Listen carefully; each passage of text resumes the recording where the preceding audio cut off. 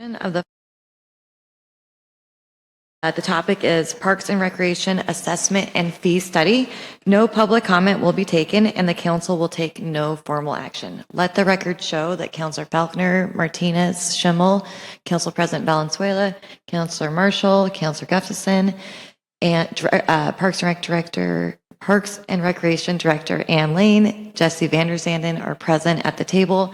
And then there are various members of city staff and community members in the audience. And I'm going to turn it over to Ann.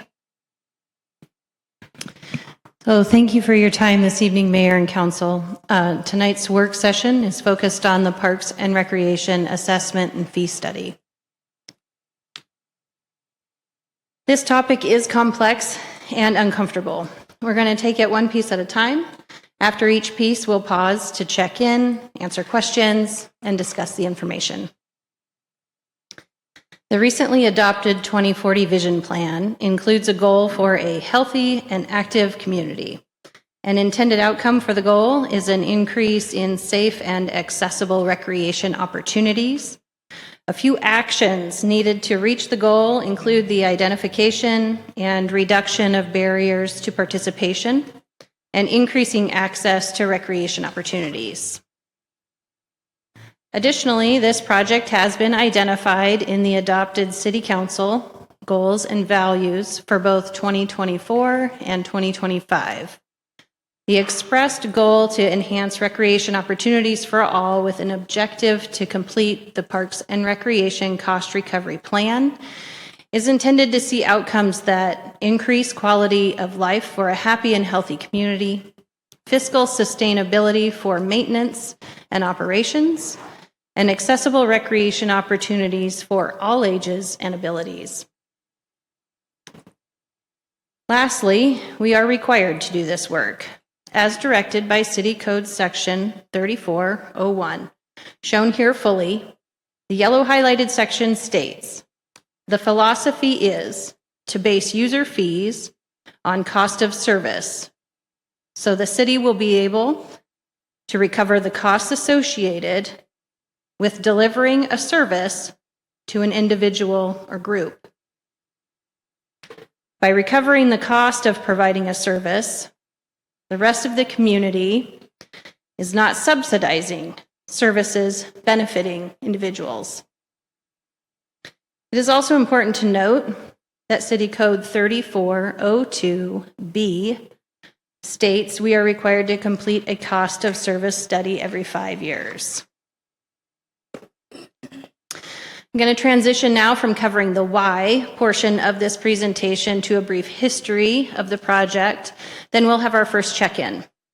In 2023, a solicitation of a request for quotes for the project was completed. A consultant was hired, and the fee study portion of the project was completed.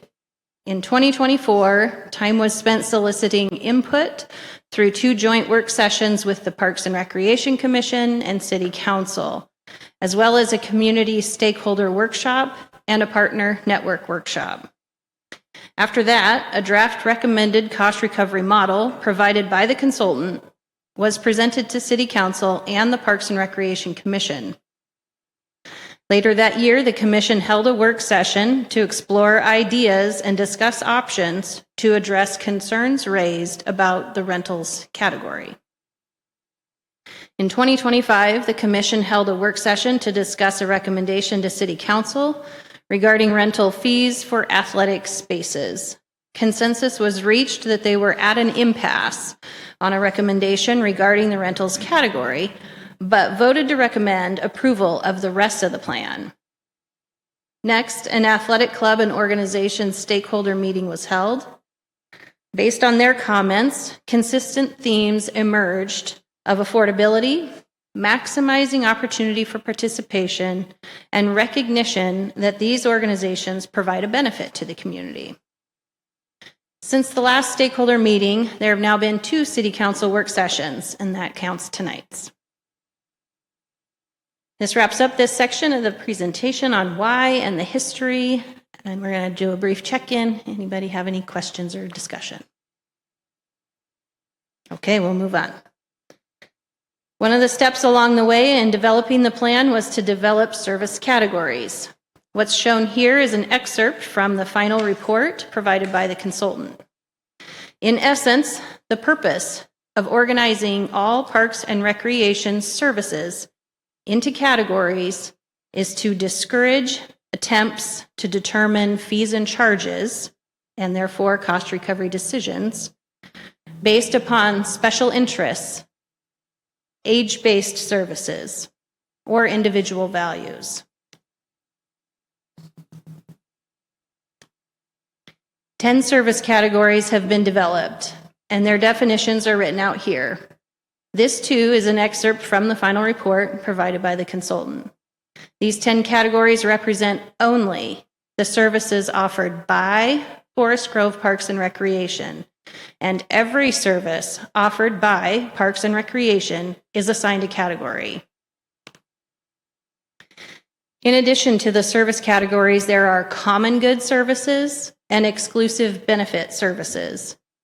A common good service has a greater subsidy investment, lower cost recovery expectation, is seen as community building, provides accessibility to marginalized, underrepresented populations, has broad appeal to a wide audience, and the services contribute to greater equity, cultural awareness, and make everyone in Forest Grove's life better.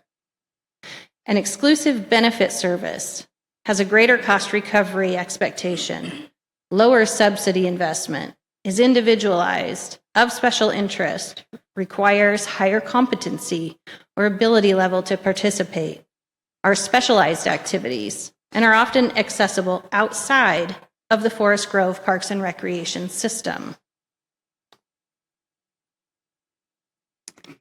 Common good services and exclusive benefit services are identified on the cost recovery continuum as the x-axis across the bottom.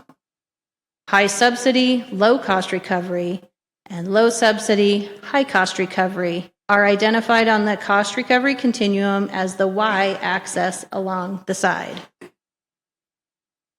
The 10 service categories are listed in order on the continuum from those perceived to be common good services to those seen as providing a more exclusive benefit. Feedback and engagement through a collection of meetings with the Parks and Recreation Commission and City Council representatives, as well as department staff and stakeholders, resulted in the draft recommended cost recovery model shown here. This recommendation was provided by the consultant and presented to City Council in August 2024 during the work session. The result of the work session was consensus by City Council on the 3 components of the draft cost recovery model. Those 3 components included the order of the categories along the continuum, the cost recovery goals for each of the categories, and the overall approach of the cost recovery continuum. Shown here and provided in your packet are images of the draft cost recovery plan and the final report document as provided by the consultant. This is a proposed plan, not a policy. Once the plan is finalized, a policy reflective of that plan will be drafted for your review and consideration. Next check-in.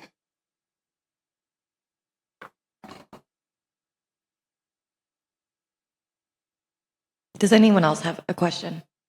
Okay, I have one question. So you said there was consensus for the categories. Correct. Can there's still time to change? Correct. Okay, thank you.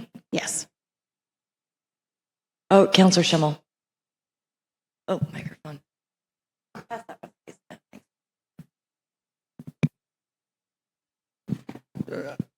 Do you mind repeating what you were saying about what comes before policy? Were you saying the cost recovery comes before forming a policy? So I said this is a proposed plan, and until this plan is approved, then we move on and we'll write policy that's reflective of that plan. And in the presentation, are you going to get into the, for lack of a better phrase, attribution of the categories to some of our existing activities, whether city or non-city run? So this cost recovery plan is 100% focused on Forest Grove Parks and Recreation services only.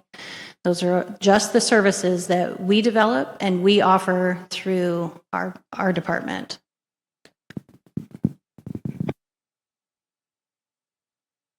Okay, we'll move on. All right.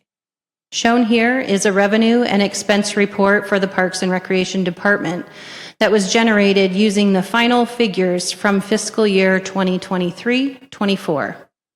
Along the bottom, from left to right, are each of the 10 categories in order as they appear on the cost recovery continuum. The navy blue bars represent total expense for each category, and the rust-colored bars represent total revenue for each category. Dollar amounts have been included adjacent to each of the bars, as well as across the bottom.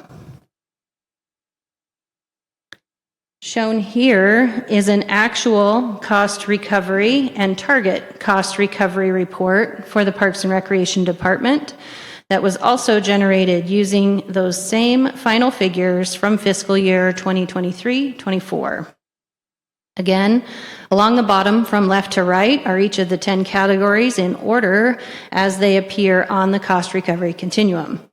Navy blue bars represent the midpoint of the determined target cost recovery for each category, and the rust-colored bars represent the actual cost recovery for each category.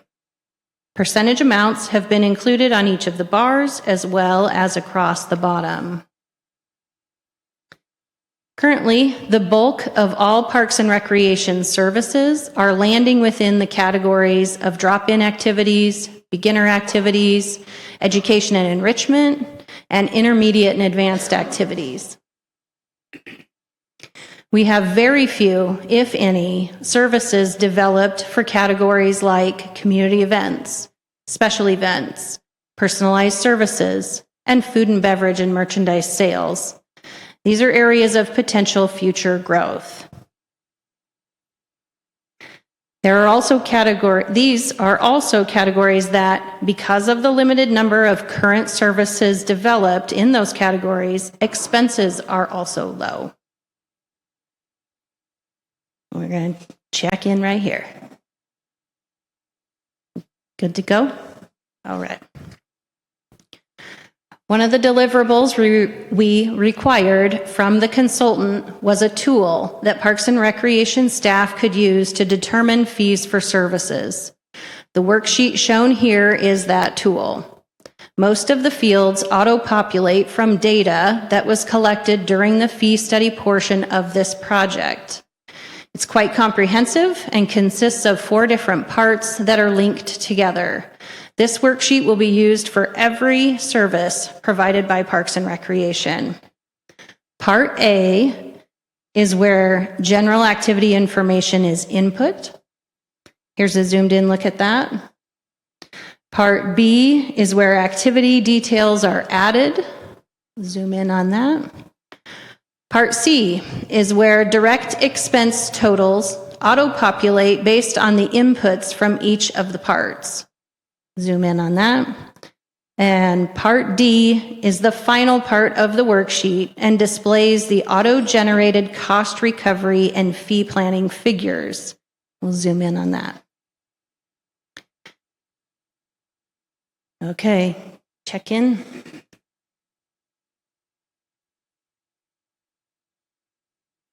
Is the worksheet contingent on the predetermined categories? Like if we were to make another category, or, if we would give staff direction to make another category, would you still be able to use that worksheet, or would you duplicate? We'll need to actually go back with the consultant and work with them to get that piece added into the worksheet. If we had the same percentage for cost recovery, would you still have to go back to the consultant?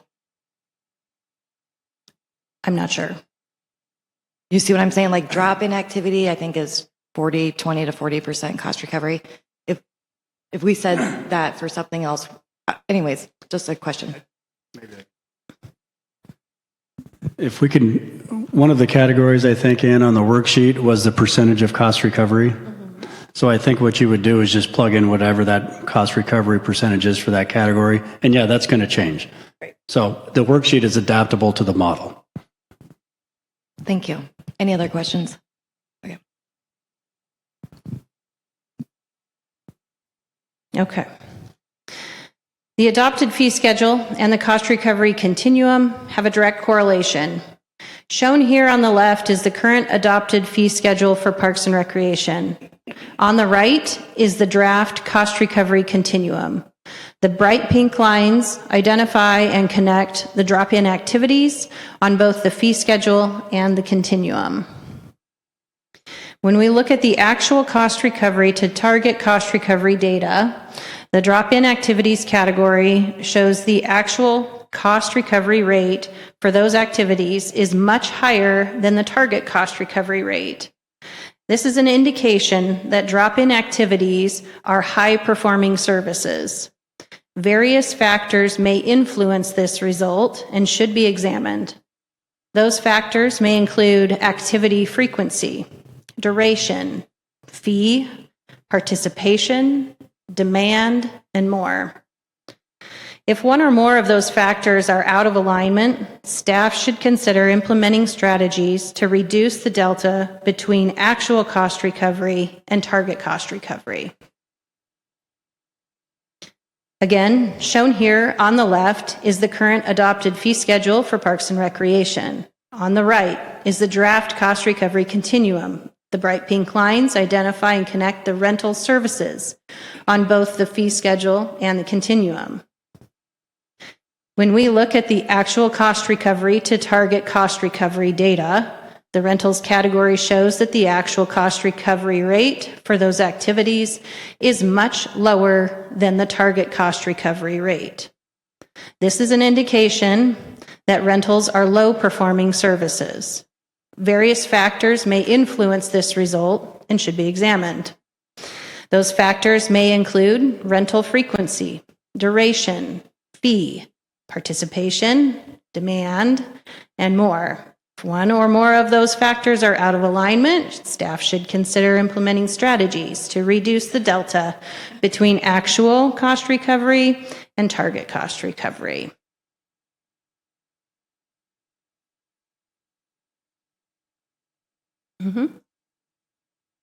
With the rentals, the thing that's out of line is that we had the moratorium, right? That certainly did have an effect, yes. Do we know the numbers for rentals prior to that?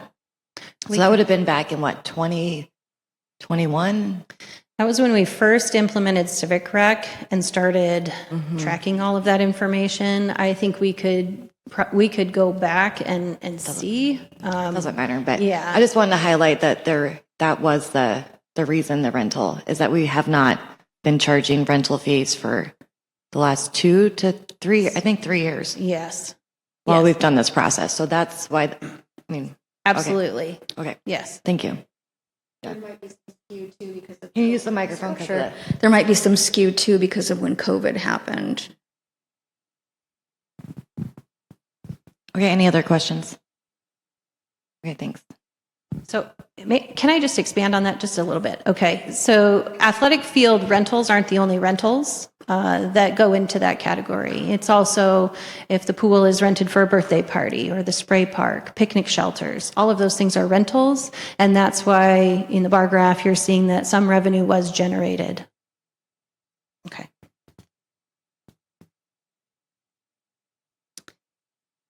All right. The last time we had a work session on this topic, council directed staff to bring back 2 options to address concerns about the rentals category. The definition for rentals, as it is currently proposed, is shown here in the upper right of the slide for reference. In addition to the 2 options we briefly explored the last work session, we decided to add a 3rd option for your consideration as well. Those 3 options are shown here. Option 1. Make no change to the current draft continuum model and manage reoccurring rentals outside of the continuum under individual agreements. Option 2 would be to refine the definition of the rentals category as a one-time occurrence and add a reoccurring rentals category near the common good end of the continuum with an accompanying lower cost recovery target. Option 3 is to add a nonprofit rentals category to the current draft continuum model near the common good end of the continuum with an accompanying lower cost recovery target. Taking a closer look at option 1, there are some things to consider if this is the desired choice. First, the staff time necessary to manage reoccurring individual rental agreements and creating a system for individual rental agreements. The decision will need to be made about assessing a fee, how that will be determined, and how much it will be. Also, determining what the reservation parameters are. Things to consider for option 2 include determining what the cost recovery range would be for the new category, refining the definition of rentals, and defining reoccurring rentals. A system will need to be created to manage reoccurring rentals. And like option 1, the decision will need to be made about assessing a fee, how that will be determined, and how much it will be. Also, determining what the reservation parameters are. Considerations for option 3 are determining what the cost recovery range would be for the new category and defining nonprofit rentals, as well as adding the verification of nonprofit status to the existing reservation process. At the last work session, Council had also asked staff to bring back costs. Shown here is the 100% total cost for 1 hour of an athletic field, shown here, circled in bright pink, $48.23. Athletic field rentals are currently identified under the rentals category and assigned a cost recovery target of 85% to 110%.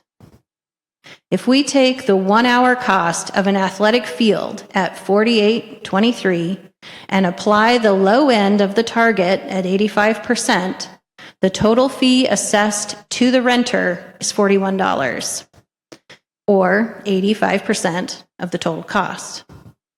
The remaining cost of the athletic field is $7.23, or 15% of the total expense. This amount becomes subsidized and covered by the general fund.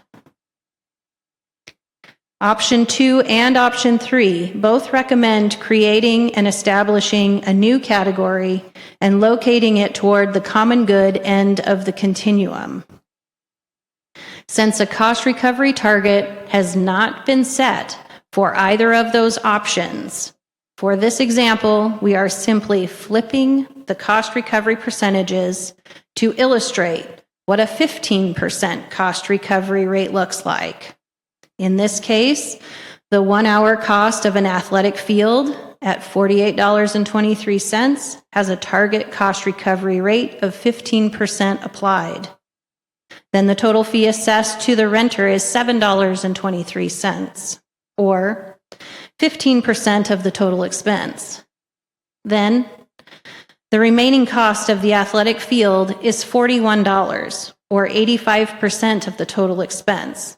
This, then, is the amount that becomes subsidized and covered by the general fund. Another example, and my lines don't line up, I apologize. Shown here is the 100% total cost for 1 hour of all 6 lap lanes of the main pool. Shown here, circled in bright pink, $74.52. Aquatic facility rentals are currently identified under the rentals category and assigned a cost recovery target of 85% to 110%. If we take the 1 hour cost of all 6 lap lanes of the main pool at $74.52 and apply the low end of the target of 85%, the total fee assessed to the renter is $63.34, or 85% of the total expense. The remaining cost of the 6 lap lanes of the main pool is $11.18, or 15%. This amount becomes subsidized and covered by the general fund. As stated on the prior slide, option 2 and option 3 both recommend creating and establishing a new category and locating it toward the common good end of the continuum. And again, since a cost recovery target has not been set for either of those options, for this example, we're simply flipping those percentages again. And then in this case, a 1 hour, 6 lane rental of the main pool, $74.52, has a target cost recovery rate of 15% applied. Then the total fee assessed to the renter is $11.18, or 15%. The remaining 85% of that expense, which is $63.34, needs to be subsidized and covered by the general fund. Does anyone else have, I have a few questions, but do any other counselors have questions? Okay, I'm going to start. Can you explain to me the difference between option 2 and option 3? So one was reoccurring rentals and the other one is nonprofit rentals. So when you go to that, to the graph of like how you would charge it, how would that look on our cost recovery differently? Oh, you had it. So there's option Are we 2. on the right slide for you? Yeah, that'll be fine. I'm just trying to figure out, like, if the reoccurring, Yes. would you, and then you have nonprofit, like how are those different? Okay. Or how would they So- look different on this? If we went with the option to add a category and it's reoccurring, Okay. so somebody that wants to rent more than one time, one, we need to develop that category. We need to figure out what the cost recovery range is, and then all the other components that go with it. What does reoccurring mean? How do we define that? Yeah. Is anybody that makes a rental, do they have access to a reoccurring rental option? Are we going to, what parameters are we going to set for reoccurring rentals? Is it every 3 months? Is it once a year? Right. So there's a lot more questions that come up that we'll have to answer together and figure out how would we treat reoccurring rentals. And then what does that mean administratively to actually implement it? Mm-hmm. And then go ahead, Jesse. He really wants to say something. So the reoccurring rentals, if you think of it like this, it would be anybody that has a reoccurring rental. So unless the council would want to kind of clarify it, whether it was private, whether it was public, whether it was an individual, whether it was a collective, as long as it would be reoccurring, it would receive the lower rate, the lower cost recovery rate.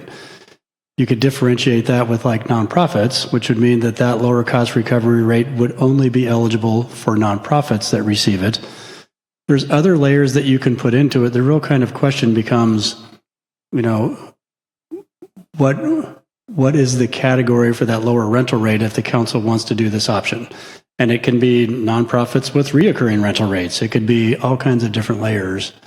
But I think that's the fundamental question. Right. So the fundamental question between those two is the common good value that we want to put nonprofit or some sort of like category like that, or do we think there is a value in the nonprofit providing a service to the community, or is there a value of anybody like reoccurring, like, you see what anyways, I'll hold on that and we can discuss it later. But the other question I have, and I think what I'm getting at is I think there's two different things we're trying to do. So reoccurring to me, or could be like shared use agreement. Like I guess I'm going to step it back.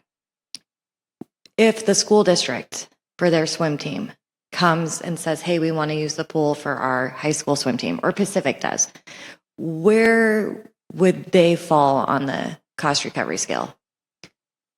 Right now, they would fall under the rentals category because we don't have any other mechanism in place to manage Yeah. those rentals.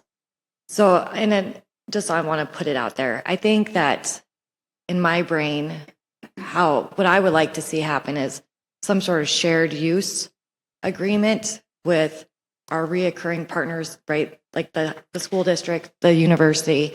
But that's just my opinion. And then, but we also need to address what the topic is today. So I don't want to get off topic, but I just want to say. That's really relevant. I'm sorry. And I think I would like to, if we could implement the phrase of reciprocal use Oh, yeah. agreement. There we go.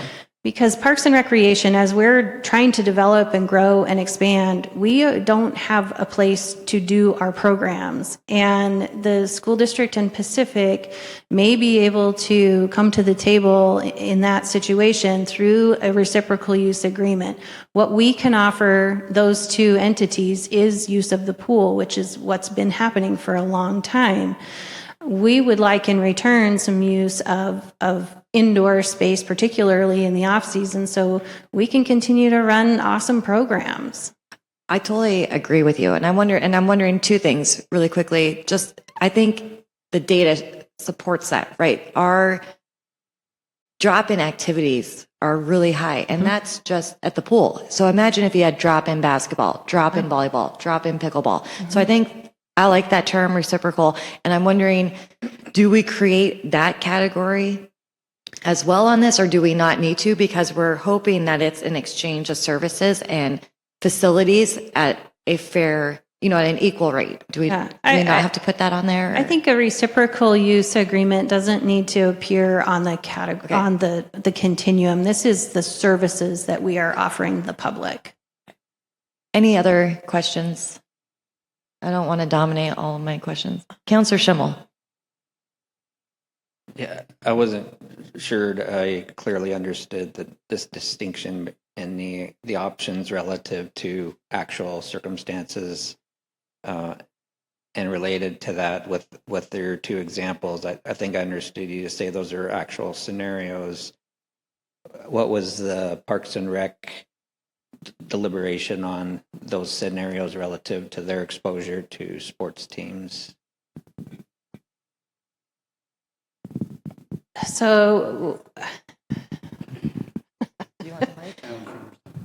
are you asking about the Parks and Recreation Commission and what's their feel on this, or?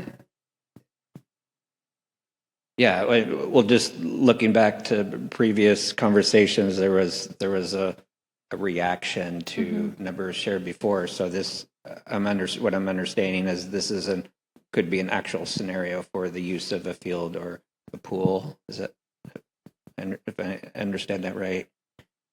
So then I don't run a nonprofit sports team, so I don't know how this scenario relates to what they've paid previously. Where the commission ended up was favorable for the whole plan with everything except the rentals category. And there was a lot of deliberation both in regular meetings and in work sessions that we had, and they really struggled with it. And they want to make sure that the local youth sports, that was the thing that kept coming up, are recognized and able to continue to offer their services to the community. And so they ultimately were at an impasse. But their recommendation to council was to move forward with the rest of the plan as it is. And then hopefully we can come to some resolution on rentals in this setting.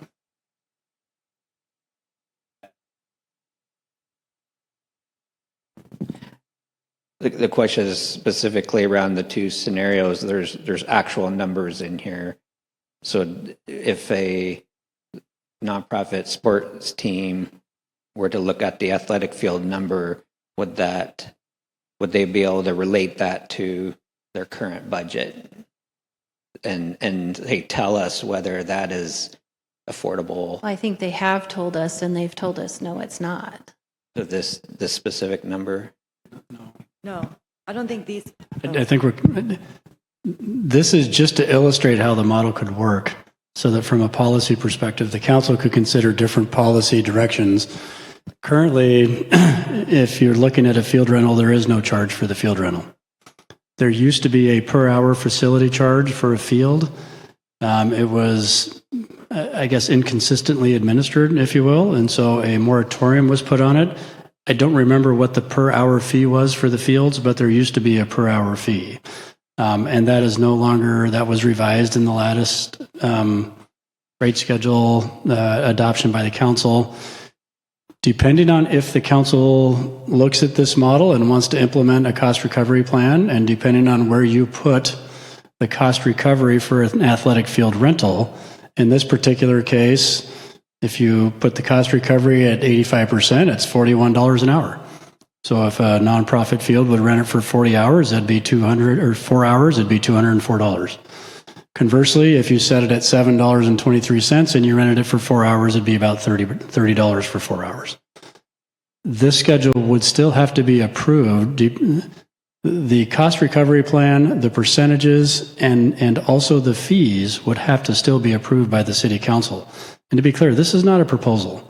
This is just to illustrate how a model could work and to illustrate from a policy perspective if and how the council may want to look at how to deal with either nonprofits, athletic groups that are not nonprofits, sports teams, basic, the rental of the facilities, whether it's a field or whether it's a pool. Does that answer your question, Councilor Schimmel? It doesn't. Okay. What am I missing something? I don't think, I'm going to go, I don't think these exact numbers were shown to the Parks and Rec Commission. I think that's what the question was, right? Is maybe not. No. Okay. Council President, I think, do you want to elaborate, Councilor Schimmel, or? Go ahead. Well, in light of what transpired over the last year, I'm in my mind, I'm starting with the end in mind. I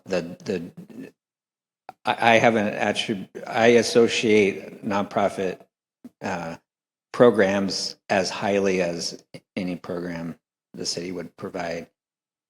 And I want to understand what the policy or schedule is going to do. Otherwise, I don't know. I don't understand what we're accomplishing today. It's like I'm trying to understand how this attributes to programs that are existing, and I'm seeing scenarios. It sounds like I can't lean on those scenarios when I'm having conversations with parents. When we use language about subsidy, the same taxpayer is subsidizing a nonprofit program as they do a city program. So there's just the policy aspect of this and how we are attributing things that I'm still struggling with from last time, and I'm not sure what I'm supposed to take away or what I'm supposed to contribute with this message today. Yeah. So to me, that is I was looking at these numbers, and when you mentioned that it was just to illustrate, right? These numbers, 48, 23, that it was to illustrate, right? Then like stuck, because I think what I would really like to see is the actual number that we're going to be working with. I want to see how much the nonprofits or the swim club, how much of a difference is going to be for them. So that's what I'm looking for. I'm looking for a number that, if you tell me, well, they're going to have to pay $240 for 4 hours, or, $36 for 4 hours. That's what I'm waiting for.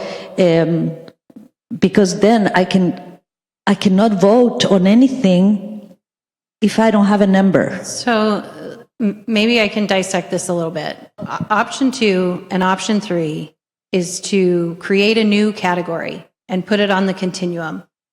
There's not been discussion among this group or anyone about what is that cost recovery range. Until we know that as staff, I can't give you numbers.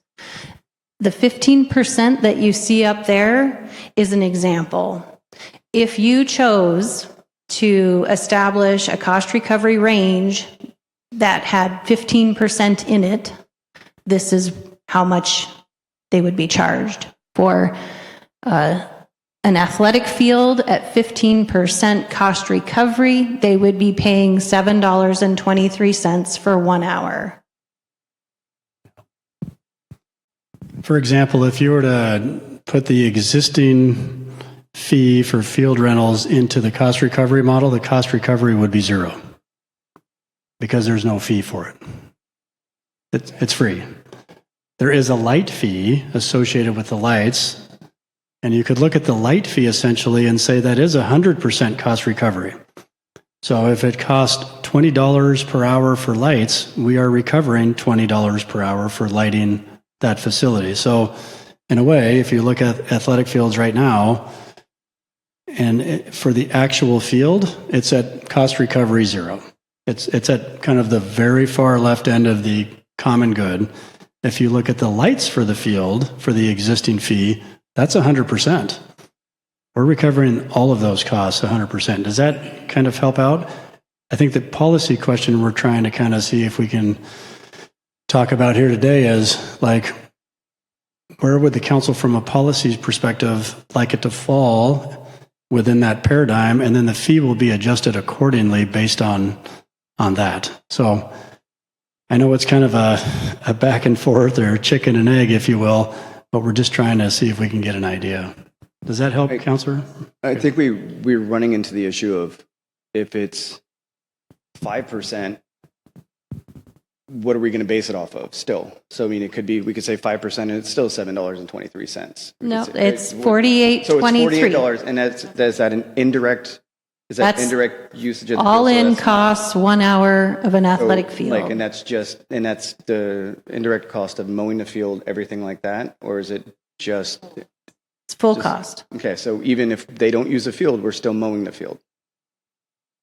correct? So- Because then it is an open space, Okay. which is And then, 100% so subsidized. just if we're using like the $7.23, I mean, I know from just working with all the other organizations, just baseball in particular, for the fields they use would be for just a fall ball season would be about $3,500 extra on top of what these kids are already paying. So that's where we're running into the issue of the community. That's a lot of money for. That's at the 15. That's if you use this specific number here at $7.23, and that's between using the two fields 20 hours a week on like Joe Gale and 20 hours a week on Thatcher, and that's three teams that are going to be dividing that cost of $3,500 for that season. There's three teams. It's usually three teams, and it's probably about 12 to 13 kids per team. So that's affecting a lot of kids, and that's going to be the difference of being able to give scholarships for a couple of kids to be able to play. They can't afford it, so that's what we're running into. I mean, they are willing to. I know a lot of the organizations are willing to work and do some services around and do that type of stuff, but until we actually know what that's the hard part, is knowing what the actual cost would be with the percentage and what we get. So I mean, we can listen, but as far as communities not wanting to have to spend any extra to use these fields because they're already charging, they're not turning a profit on any of these kids. They're actually, a lot of times they're losing money and they have to make up that money by fundraising. So that's where we're running into the issue with the community and trying to add fees to it. So I think I think the first question, are we done with questions about this section? I mean, I think This we is need the end. That This was is the the end. end. So- No pets. what is that? Somebody online?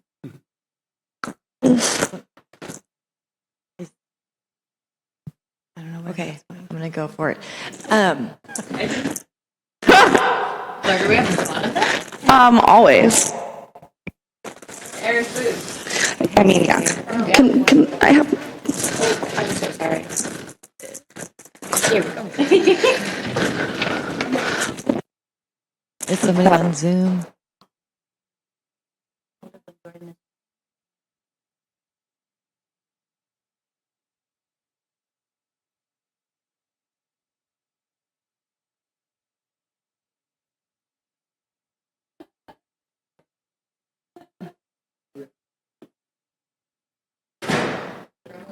I wonder if it was on Zoom. Like, do we have anybody?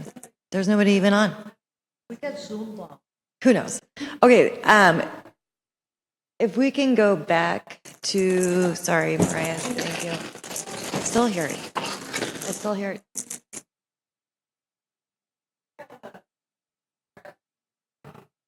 This one's on, but it's on the. No, this is.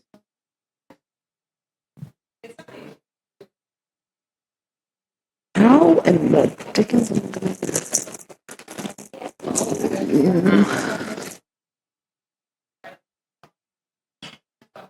Mine's on, but I just turned it.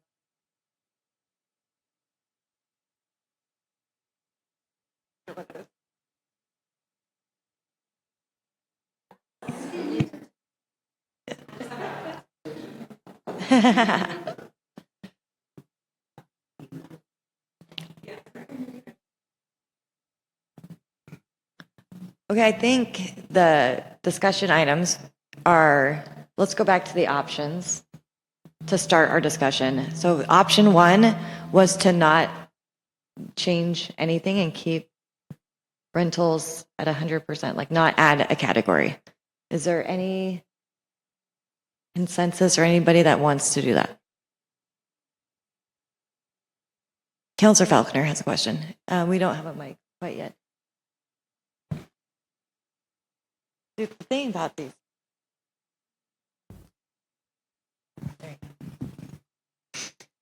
On my understanding was that we might actually see one that was sort of a combination of a couple that I see here. I thought we had talked about having agreements with nonprofits and putting them at the spectrum so that there would be direction on the fee, but that there would be an agreement with the nonprofit or the group as well.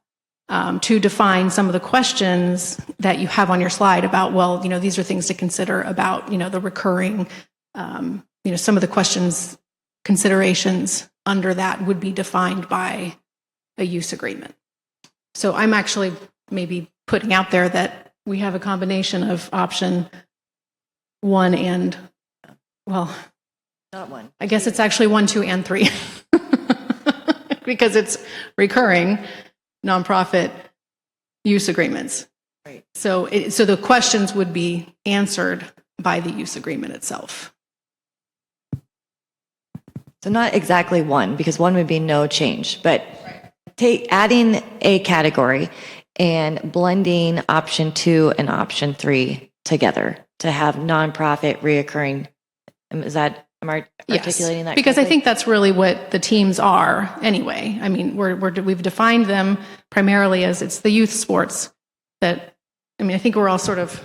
But it's also important, sorry to interrupt. It's okay. It's also important because I was thinking about do we want to include in that marker that it is youth sports? Because then I can think of the companion program who offers unified sports to people over the age of 18. And so, and I think that they're a nonprofit and provide a good service. So to me, I think the nonprofit, I agree with what you're saying, and that's what I was trying to unpack a little bit earlier. Yeah.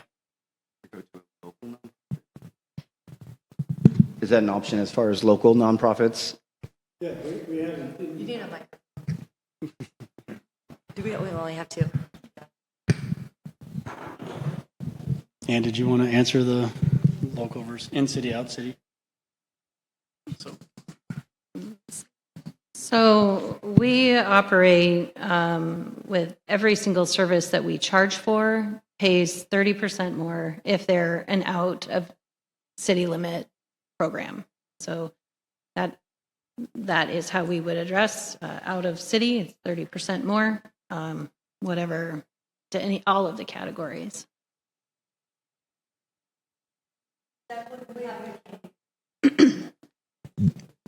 That is the current fee schedule. So if you're in city, you receive a 30% discount, if you will. Then if you are out of city, whether it's a drop-in activity, whether it's a rental, whether you're renting the pool, whether you're renting, well, we don't have an athletic field rental, but yeah.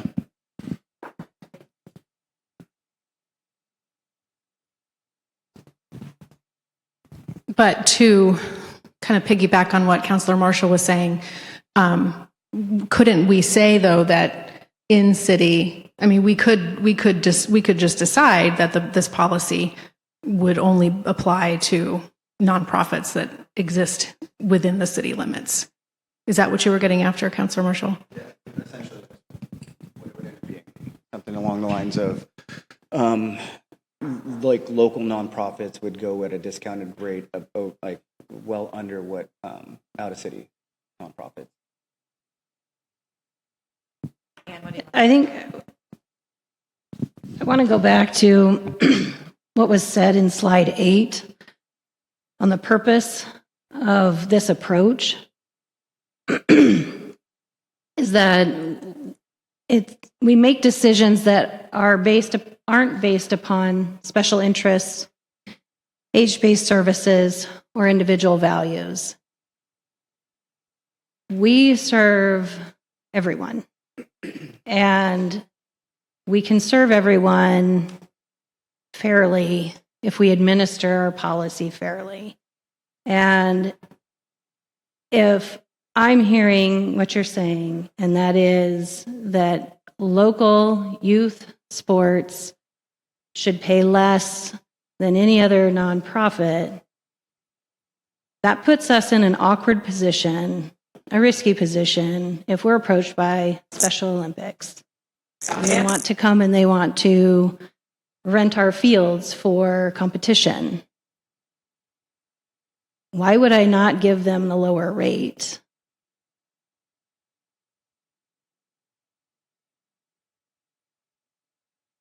So I think open for discussion right now that we need to come to consensus either one way or the other is this new category, is it nonprofit or is it youth nonprofit? And I would feel comfortable with nonprofit reoccurring without the youth. Yeah. But I'd like to hear from the rest of the. So for everyone, all the nonprofit. Yeah, and just the answer, and Special Olympics comes and asks for that. Why wouldn't you give them, a higher rate? You wouldn't give them a higher rate. It would just not be, appropriate. And I think, so Councilor Marshall asked a question like local, but I think we've addressed that. We have a in-city fee, and then we have a consistent out-of-city fee, and that's 30% more. So personally, I don't think we need to say local. I think that it's based on, and there's already a policy and a process for that. Yeah. Yes. But we would need to specify, though, nonprofits, like local nonprofits. So right now, the 30% difference between local and out in city and out of city is across all of our rates. So no matter what service we provide, it's 30% more if you are outside of the city. Whether it's a drop-in swim, whether it's lights at the field, whatever service or thing that we do now is 30% more expensive if you are not within the city. Is there any more discussion on the category? I'm hearing nonprofit reoccurring rentals or usage. Okay, can you go to there's a slide that had all the definitions of open access, education, like drop-ins, because now we need to figure out where we're going to put it on the continuum, correct, Anne? Okay. So I think keep going, that one. So Does anyone have an idea? When I read the packet and I was trying to think of this, and I've been trying to think of this, I think if you look at the definition of drop-in activities, self-directed activities which may or may not require registration and or membership, drop-in activities include supervision by staff or volunteers and may or may not require specific instruction. I think that is closest to nonprofit because it's using the space. It might be volunteers leading it. To me, that's where I think it should fall. And then the next one is beginner level skill-based activities, classes, clinics. So based on the definitions and the cost, that's where I feel, but I'm not. Number 3, drop-in activities.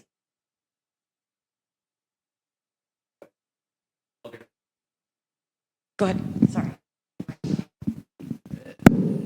Yeah, my attribution of some of these categories, I'd say number 5 is strongest because I know local nonprofit programs provide socialization, interaction, life skills development, so forth. But they also create community for the parents themselves. So that to me, that's an important association that I put toward those nonprofit programs. I just generally worry about what the attribution of external programs is how that's gonna land with this, and I still empathize with the Ann because I'm catching up to 18 months of laborious work you and your team have done. I also see an important economic development intersection, both in terms of enterprise zone tax abatement sunsetting and a snowball of tax revenue coming in and leveraging that. But that's years out. That's going to require a lot of patience. The other piece is knowing that Councilor Marshall's business does a nice job of leveraging events and other things, or other coaches coming into town to get businesses intersecting or their food out into the hands of kids who are coming into town. So that I think is an important benefit that that nonprofit competitive events can stir up in terms of economic development. So between the intersections and the attribution pieces, I worry that when implemented, how this lands, it's difficult to see apart from what Councilor Marshall was saying. That was probably the most applicable I could attribute it to.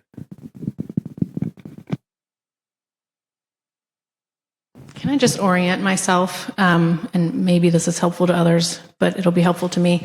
It's the numbers, the categories align with the continuum from left to right, and so as we're talking through the numbers, Councilor Schimmel,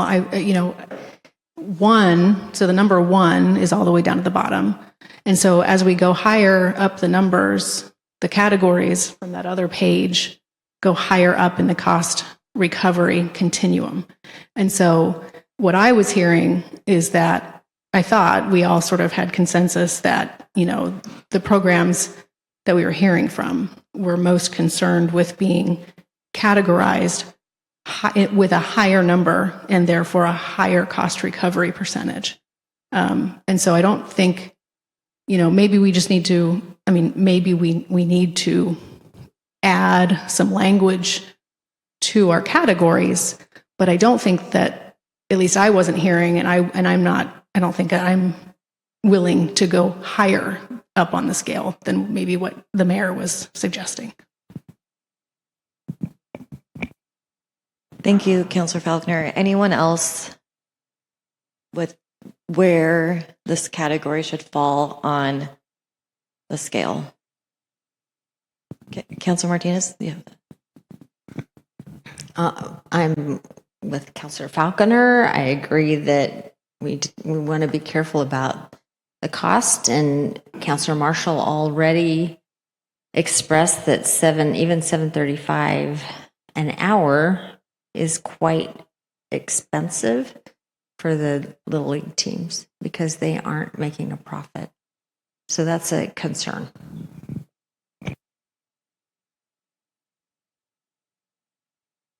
Counselor Gustafson, any words? No? Okay, well, I guess I'm going to throw out, well, how do we feel about putting it in between either, do we want it between community events and drop-in events, or do we want it between drop-in events and beginner level events? So I'm hearing Council President Valenzuela say she would like the category to be placed between community events and drop-in activities. Councilor Faulkner, you want something?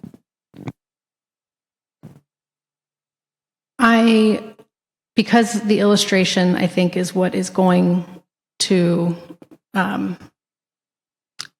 people are going to remember that. And so I think that it's worth revisiting what, the current schedule, the current fee schedule that is not being implemented. It's not actually being received from the sports programs. We do have those fees. We do have a fee schedule that tells us what those fees are. And the illustration that I think is helpful is because the program that I'm more familiar with than, say, the Little League soccer, I'm looking at the swim club. And if we go to that slide, I think that would be helpful to me. Last slide. This one. So if I'm understanding that correctly, that would be so the swim club practices, I think, about 6 days a week, probably about 3 hours combined, 3 hours a day or more. Maybe it's actually longer than that, probably, if you count the morning swims too. And I think they take about 4 weeks off. Is that right? And so they're renting, I think, about 18 hours per week for 48 weeks. At that rate is tens of thousands of dollars a year. So, Both. so the example that's shown here is somebody that's renting all 6 lanes. We have it broken down per lane per hour. So if the swim club is only needing 2 lanes, then we have a rate for 2 lanes for 1 hour that's less than that. If they are renting the entire facility for a swim meet, we have a rate for that. And the cost recovery range that's selected here would be applied to all of those scenarios. This is just one. Okay. I think it's helpful, though, when we come back to this, before we adopt, I think we need to actually plug in the numbers and know exactly what fee we would be imposing on a nonprofit youth sports club. A cost recovery range. So we can give some specific estimated costs. What I'm also hearing, Councilor Falconer, potentially is to try and arrive at what is being paid currently. And in the case of the athletic fields, I think that's pretty clear. There is no fee associated with the athletic field rental. In the case of the aquatic center, it's a little bit different. There are fees being paid. In some cases, the fees, whether it's a membership fee or whether it's a rental fee, but we can get that information so that there's a clear picture of what a potential fee could be and what's being paid now. It's clearer with the athletic fields than it is with the aquatic center, but it's still the same potential category because it's still either a nonprofit rental or nonprofit reoccurring rental. It's still in the same category. So that is an important distinction.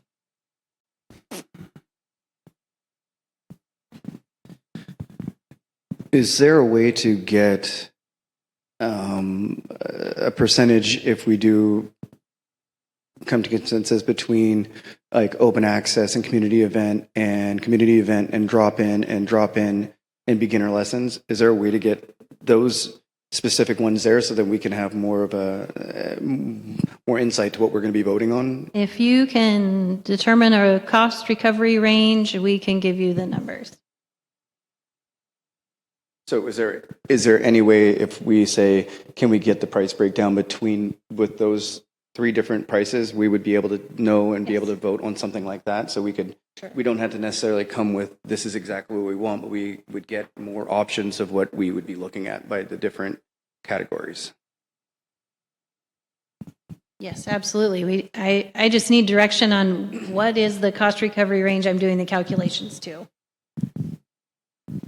Anyone have a range they would? Spreadsheet to me that gives you every single percentage.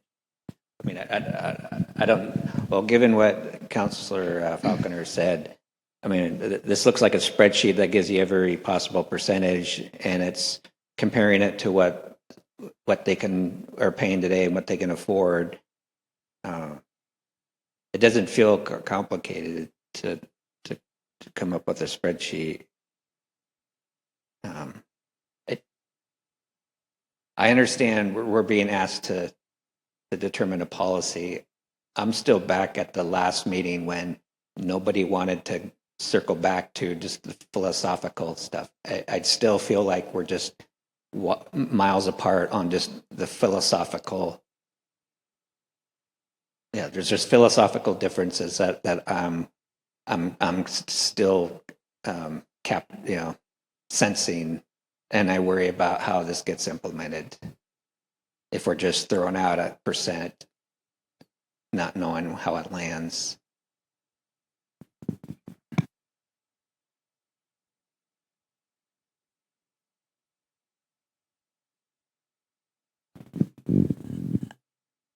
I'm trying to, I think that Counselor Schimmel, I think I don't think you and I can meet one-on-one quite yet, but is there a work session to address that you think needs to happen before we move?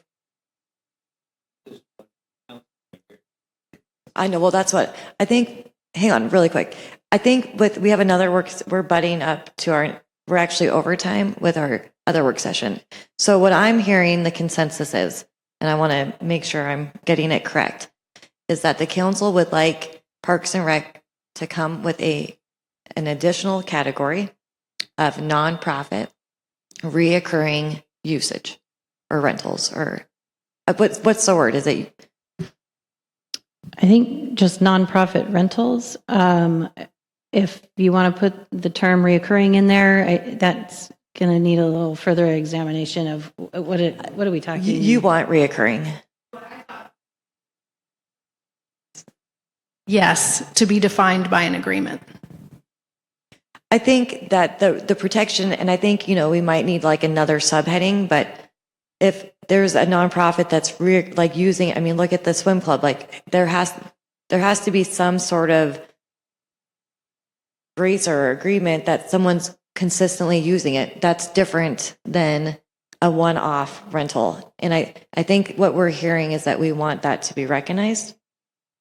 And then what I was hearing about the cost recovery percentage was that we wanted comparables between open access and community events and drop-ins. Do we need to go higher than that?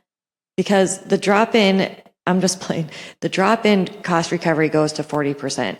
And for me, I'm going to be real honest, I'm not feeling going over 40%. So I also don't want staff to do more work that we're not going to support. So does anyone think we should recover more than 40% for nonprofit?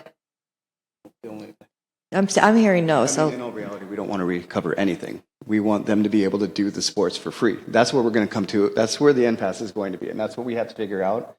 Because I mean, I can look around here and I see nodding heads because you guys agree with me. We shouldn't be charging youth sports to use fields in the city. I mean, that's going to ruffle some feathers, but that's where we're at, and that's what. Yeah, but we have to factor if that's a policy consensus that we want to go in, then we have to also be financially responsible with our levy and with our public dollars, right? We have to budget that into our next levy.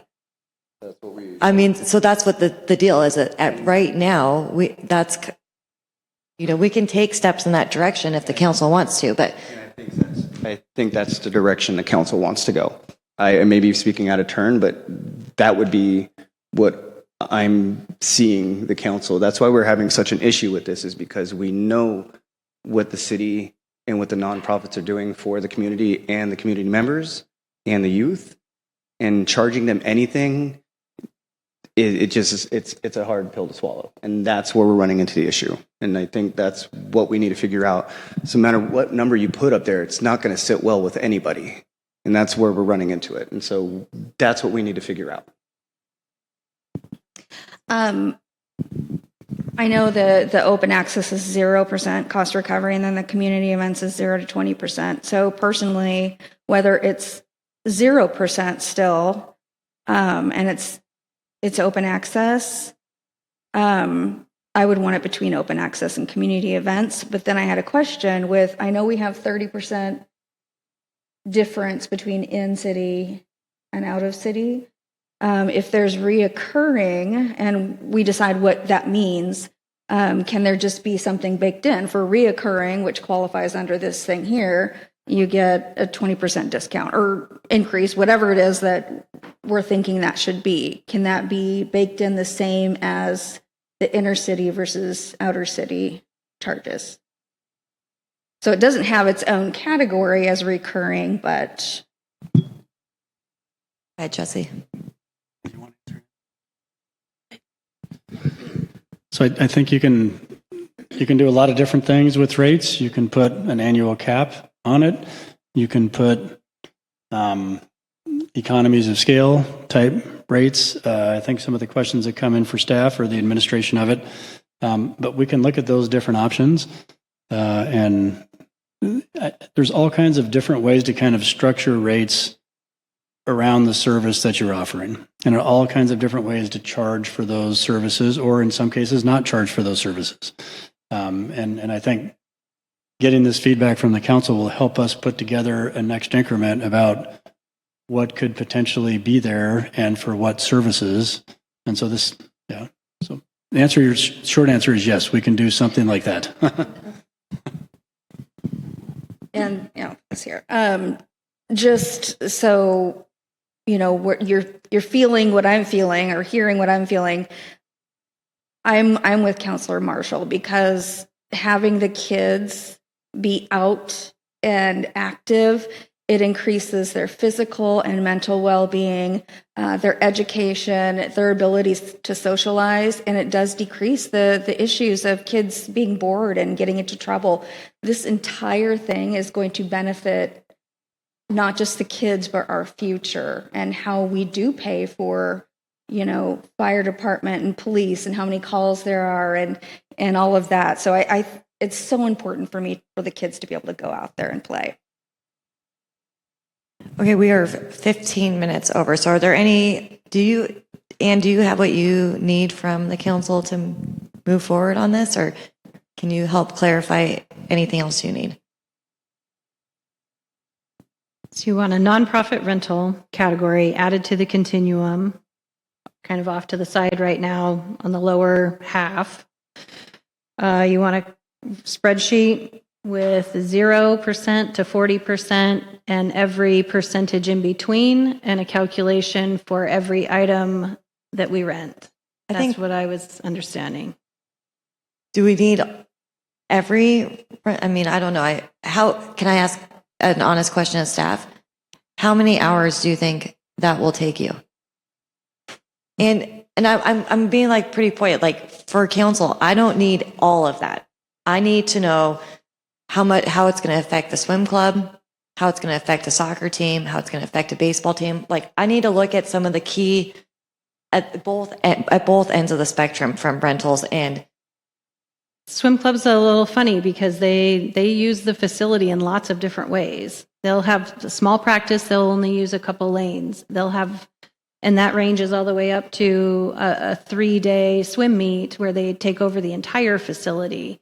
Those are very different calculations and very different impacts. So whereas a baseball game or practice is a set number of hours, one location, we can give you an hourly breakdown of what is it at 17% cost recovery versus 32. We'll have to put together a lot of different scenarios to be able to demonstrate how does this impact swim club. Well, and the cost of operating the pool is much more That's than all, the but that is cost of- calculated into this 100%. What is 1 hour for 6 lanes? Okay. Go ahead, Jesse. What I'm hearing, I'm hearing potentially a consensus that the council wants to see what are the nonprofits paying now, and what does that fee look like, and how is it structured, and how could it potentially look like under this fee model, and to run through some various scenarios about what from anywhere from 0 to 40%, how that fee may be applicable to that particular nonprofit. Is that generally speaking what I'm hearing? Yes. And do you think we want to go up to 40%? Was that, or do we want to stay below 30? I said I was not going to, because I said the drop-in activities, is that's why the 40% got. This goes up to 40 because of the continuum where it's based on that. And so with the drop-ins, it does go up to 40. So that's where it's going to be based on. Where it is on. So if we do it before the drop-in activities, then it would go to 25%. We'd go 0. I'm hearing and seeing more of 0 to 25. Okay, Correct? we can adjust. Okay. And perhaps increments of 5 or 10, just to give us some sort of basis. So it's not every number in between. I think 10 is Yeah, good. Okay. Are you good, Ann? I'm sorry that I feel like we're rushing through it in overtime. So I'm going to adjourn. Is council good before I adjourn this? Can I ask just one last clarification? I'm sorry. Jesse's not There's good. also a consensus to have another work session to talk about what we just were talking about, correct? Correct. Okay. All right. Thank you. Thank you. I'm going to adjourn this work session of the Forest Grove City Council, and I'm going to ask the city manager, would you like to move forward?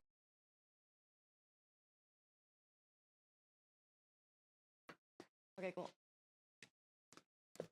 I can start it off if you want. Okay, I'm going to this work session of the Forest Grove City Council at 6:48. The topic is tourism program.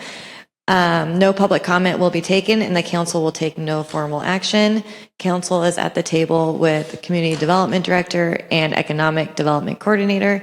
There's community members in the audience and city staff. And I'm going to turn it over to Jesse, or to Miles. I'm turning it to Jesse. Okay. So if you can go to the next slide, please. So I think what we were hoping to have a work session about was just the overall direction of the tourism program. That involves a recap of the existing program and then some discussion about where we may want to go in the future. So if you can go to the next slide. I'm going to turn it over to Miles now. We'll probably be able to get through some background and then maybe kind of firm up what we're doing right now, but hopefully that will contextualize potential next steps. So with that.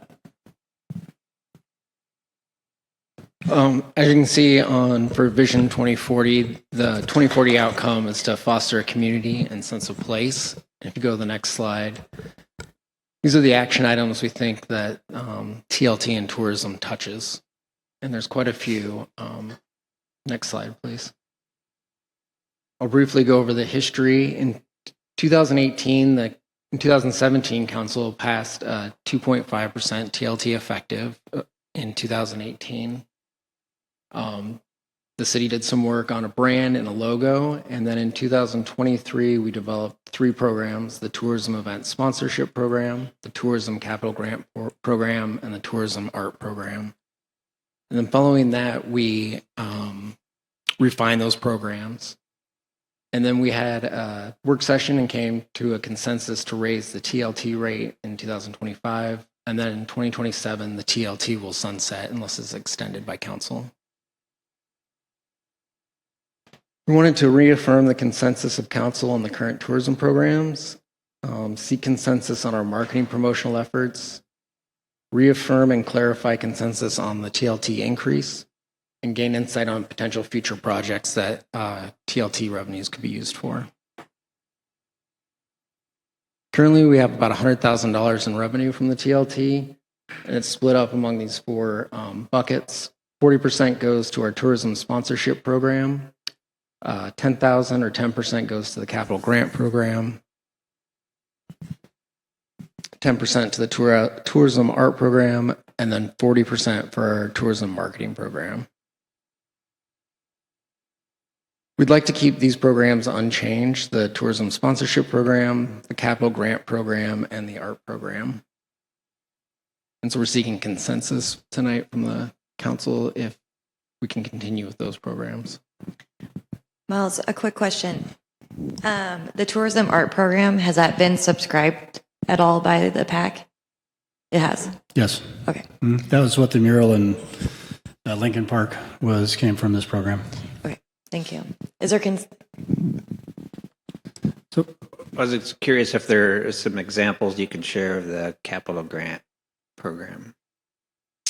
Yes, I believe one of the purchases recently was spider boxes for events. So we have all those great new power outlets, the high power outlets. The spider boxes allow multiple plugins to those, and so those are now available for events through some of the nonprofits.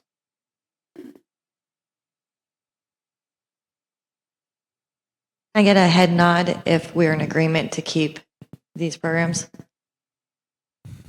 I'm seeing consensus, yes. great. Okay, thank you. Our tourism marketing program is currently composed of two parts. We have the chamber who's overseeing the website, Discover Forest Grove. They also do the tourism committee and reporting, and that contract is through 3/31 of 26. And then we had a marketing firm doing professional marketing services through June of this year, and that contract has expired. And so currently we just have the Chamber of Commerce contract active. And what we'd like to do going forward is combine the two contracts into one. So they would manage the Discover, whoever is selected through an RFP process would manage the Discover Forest Grove website, do the social media marketing. We're also proposing that they do a tourism internship program with Pacific University and reports to a city council.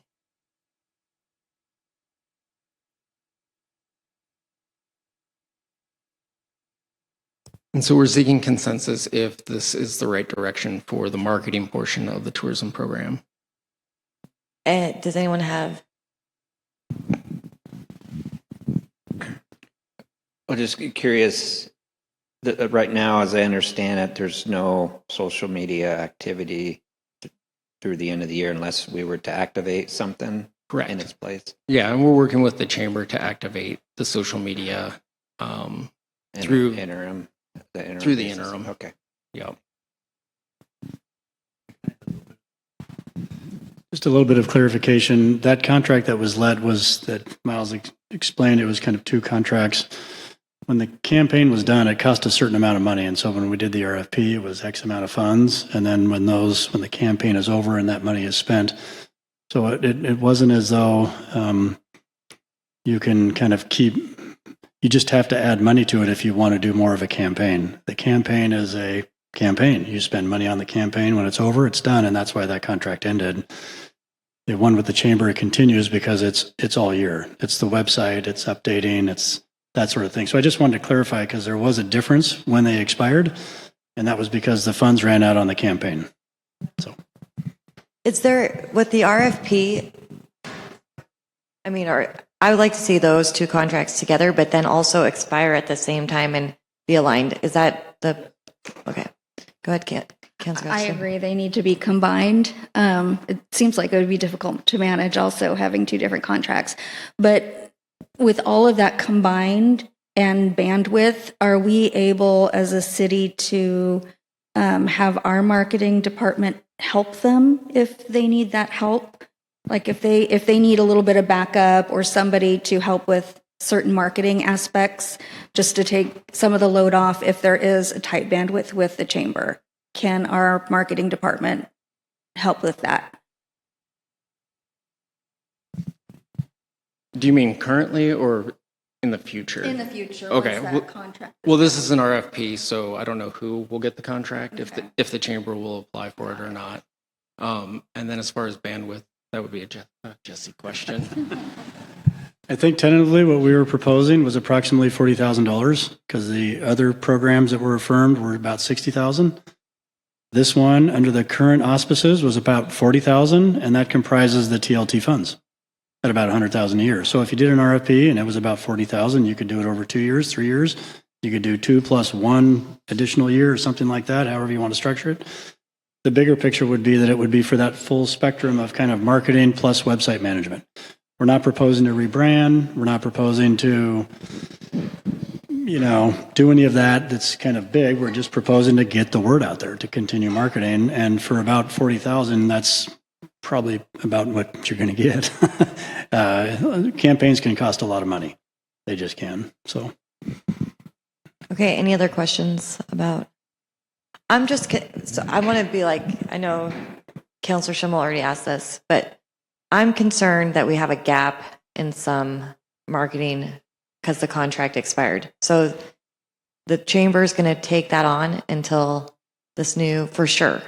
Because otherwise, I would advocate that we do the RFP sooner and like get that social media. I mean, that's a huge part of where people get their information. So that's my feeling on that. I'm in discussions with the chamber to do the marketing through then, so So we don't know. I don't know for sure. Yeah. I mean,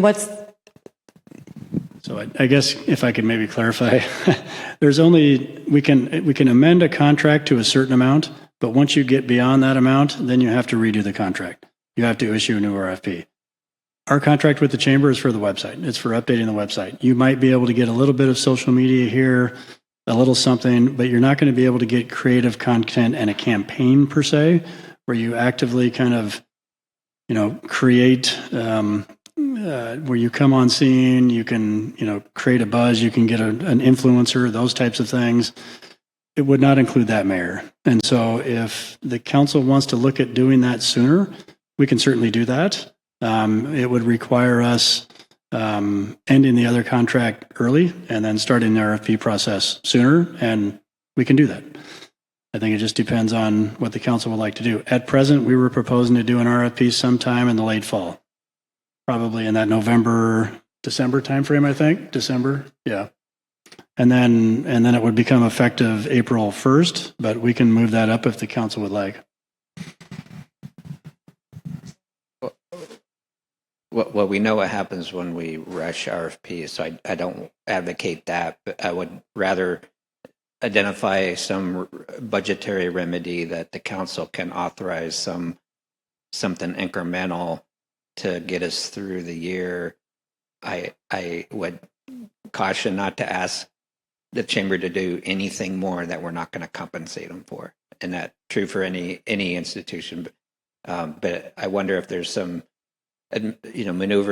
budgetary maneuver we as a council can provide you that some allowance to get something going until the RFP we can see it through in its normal cycle. Councilor Martinez. So is there any way this could have been mitigated ahead of time so we didn't have this drop? Because this is a concern for our business community. So we did have the campaign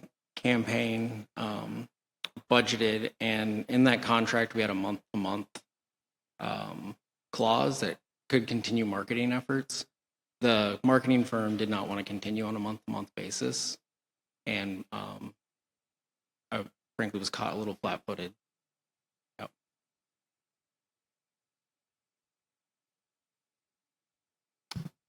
Maybe I did. Go ahead. I think some of it depends on the budget. If you want to have a sustained long-term campaign, that's going to cost you quite a bit more than if you just have an episodic campaign that's once every 6 weeks. It really depends on the scope of what you were wanting to achieve. We were trying to work within the budget of $40,000. And so that was what we were paying the creative marketing firm, and then also the chamber had a portion of that as well for the website. And so in terms of kind of sustained advertising, obviously if you place 50 ads, it's going to be different than if you place 5. And so I think, Councilor Martinez, that also comes back to kind of a budgetary question and how much you want to allocate toward that. A lot of times what you'll see in tourism destinations is you'll see a campaign that will be in a certain duration to try and attract a lot of visitors during a certain season. And then they may not advertise near as much during the actual tourism season, and then wait and do that advertising in the off season to try and attract that. So it really just depends on kind of who your target market is, what destination you're marketing, what your attributes are. There's a lot of things that kind of factor into that. I hope that helps. Yeah. I'll just add, in our tourism strategic plan, it calls for that kind of focus effort on the shoulder seasons. And that's what the RFP called for too, was the shoulder season focus. In the summertime, our hotels and motels are doing better business than the shoulder seasons, of course. If the firm that was doing the marketing, if they had opted to go to the month, what would we be spending now? I don't know. But we would have been spending something because they had that we option. would have come back and had a conversation about it, I think. It would have been more than what was budgeted.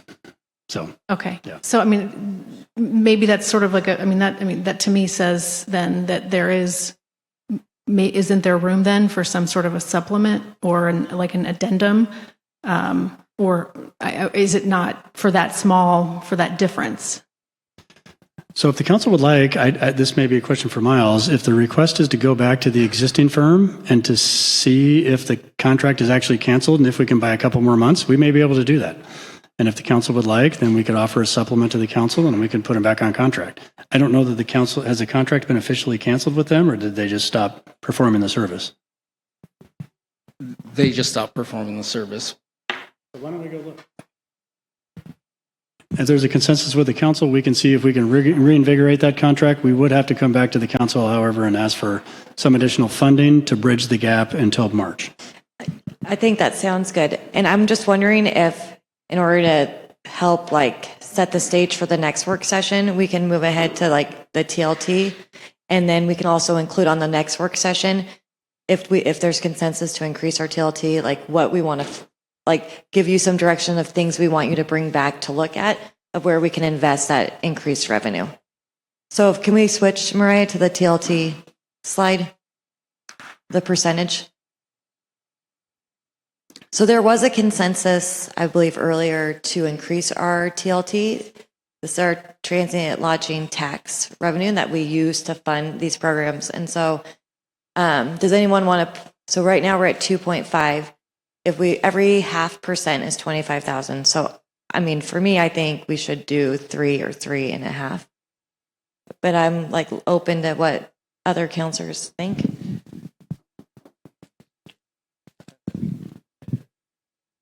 Well, we had said, but that's why I asked Jesse, but we had not officially. So we said 3. Do we want to go any higher than 3 or stay at 3?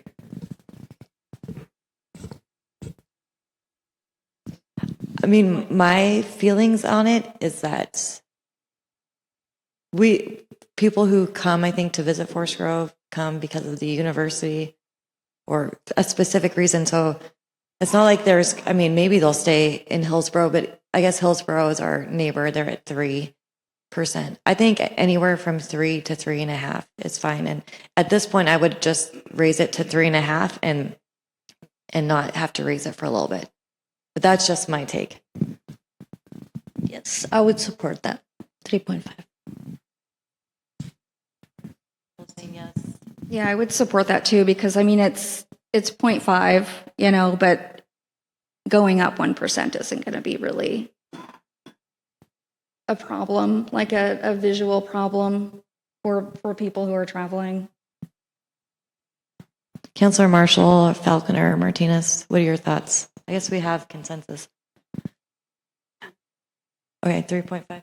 Okay, there's consensus to go 3.5. And then if you could bring back some lists and ideas of what we can use that revenue to increase tourism in the Grove and economic development, that would be great.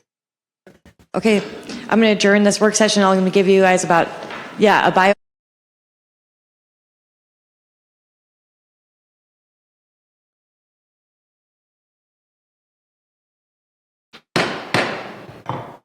Good evening. I'd like to call to order this meeting of the Forest Grove City Council. A little bit late at 7:13 p.m. Will the city recorder please call roll? Councillor Gustafson? Here. Council President Valenzuela? Here. Councillor Schimmel? Here. Councillor Falconer? Here.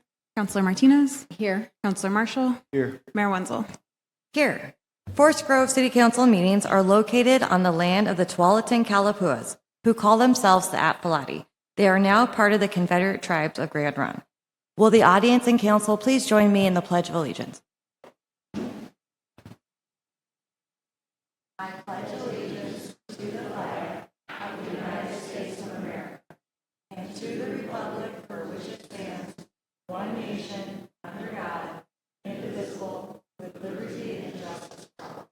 Thank you.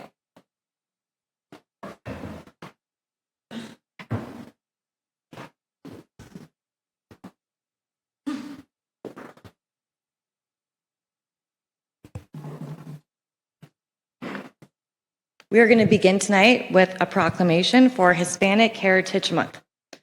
Whereas each year the United States observes National Hispanic Heritage Month by celebrating the culture, heritage, and countless contributions of those whose ancestors were indigenous to North America, including Mexico, as well as those who came from Central America, South America, Spain, and the Caribbean.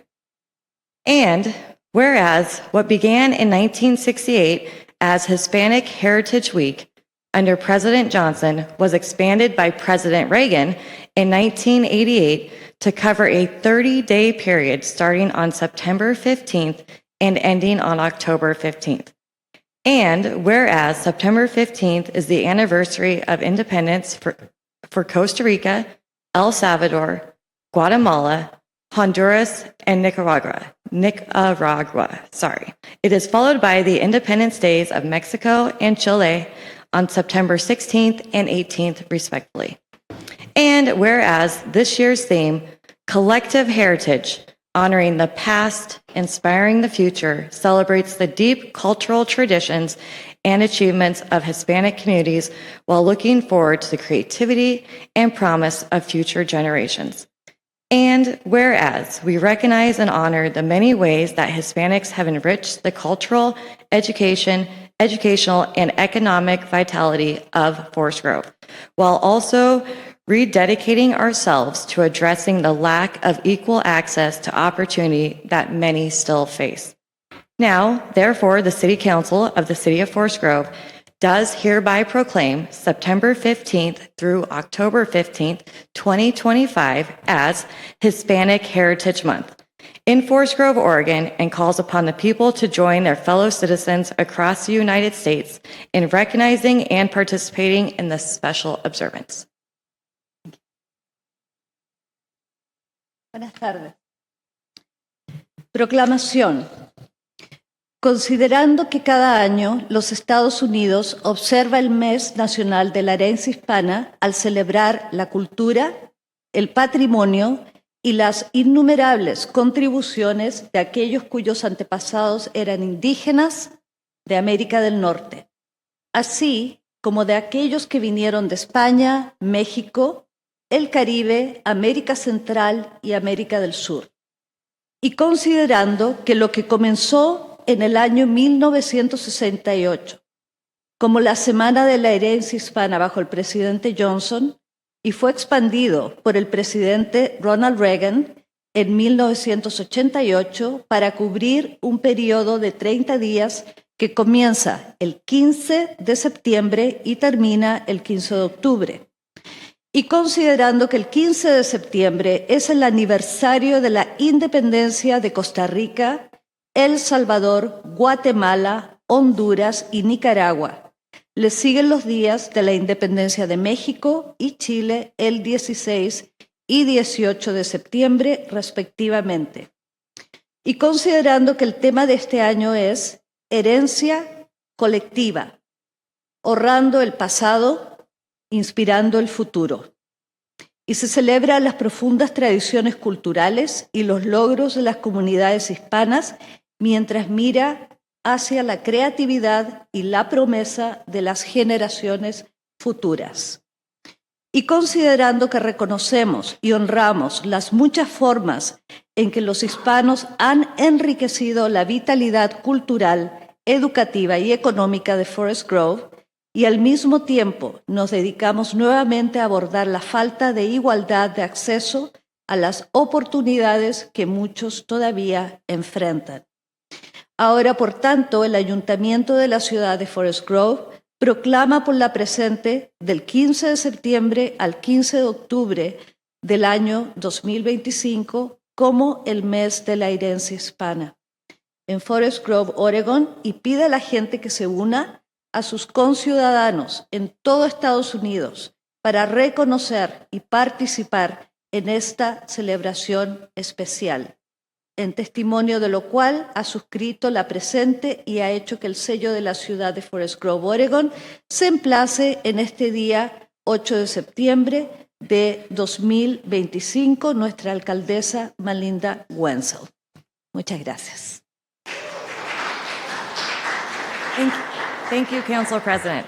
We're going to move on to item B on our agenda, public comment. Time provided for anyone wishing to speak to City Council on an item not on the agenda or on the agenda but not scheduled for a public hearing. Comments are limited to 2 minutes unless additional time is granted by the presiding officer. The public comment period shall not exceed 30 minutes unless a majority of councilors present vote to extend the time.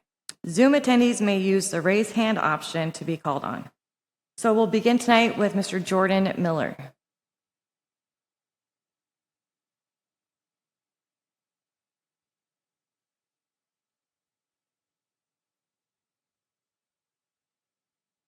All right, Jordan Miller, 3323 Hillcrest Way, Forest Grove.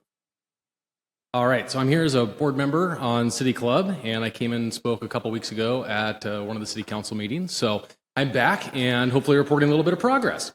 So given 2 minutes, only last 2 minutes. That one, you proved me wrong right away. So you got a little bit more time. So I'm going to go through a few of these on just some progress that we've made and identified kind of some targets of where we're at right now. And since football just started, I'm going to use a few football references to give some parameters on the progress. So, and this is in regard to the 2040 plan. So section 1.6, local small business partnerships. I'd say City Club right now, we're at about the 70-yard line. Section 1.8 on the 2040, the long-term vision with the Main Street program, I'd say we're also at the 70-yard line. We're at the point where we need to have some communication with the city or other groups to make sure visions are aligned and all the work that we're doing is going in the right direction. 1.11, events downtown. So we have 6 currently. If I wanted to be braggy, I would say we have 12 because one of those happens 6 times. So we are currently doing 6 of those. I'd say, hey, we're at the 95-yard line. We're putting on an event statistically once a month or at a minimum once a quarter and exceeding that slightly. 4.6, increasing volunteers and membership committee. That is something we're actively working on, have a clear vision for to be able to get more members and volunteers. I'd say that one's at the 70-yard line. Again, comes down to executing on that. Last 30 yards, yes, that is hard sometimes. As if you watch football games, that you'll see it there too. 4.7, internships with FGHS. Had a really good meeting with Chamber of Commerce a couple weeks ago and learned about the expanded vision with the internship program and need some more communication on, which I'll be working on what the difference between workforce development and internship programs are. I've got 8 more of those, but I'm down to 18 seconds, so I'll wrap up here. Can verify and confirm that the $1 invested in specifically the Main Street program statistically returns $18. However, I think defining and being really clear on how we measure that and also for our specific city, what might be missed. And I tried. We're almost there. It takes time. That's my story. I'll see you in a few weeks. Okay, thank you, Jordan. Thank you. Mr. Michael Pearl.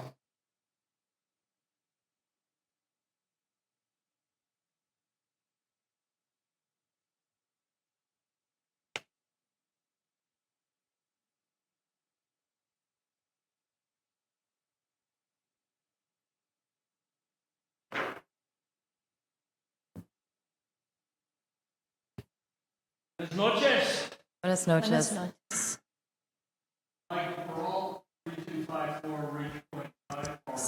If you could use the microphone, please. Use the microphone, Oh, please. the microphone. Can you move the microphone over to your seat? Oh, I usually don't need that. I'm so loud. It's for the TV, but thanks. Good evening, Mayor Wenzel and city councilors. Please excuse my casual attire, but I just came from putting the flags in preparation for the September 11th ceremony. So Thank you. I was starting to get dizzy bending over. I know that I often come across to you all as a bit crabby and complaining about veterans affairs and homeless issues in our community, but tonight I am here to recognize you and to thank you very much for your support at the recent flag retirement ceremony at the Forest Grove Senior and Community Center. It was very, very wonderful to see you there, and I thank you for that. Your turnout is well appreciated. Now, during my last visit to the council, I asked, if veterans don't speak up, will they be admitted from city planning? And I sounded kind of gruff and rough about that. Well, your presence at the ceremony, especially on such last-minute notice, has shifted my thinking about that, about the city. And I do know that you care about your veterans and your community. And thank you for your support for that.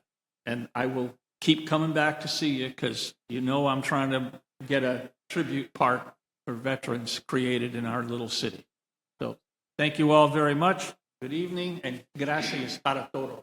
Thank you. Rodney Gustafson.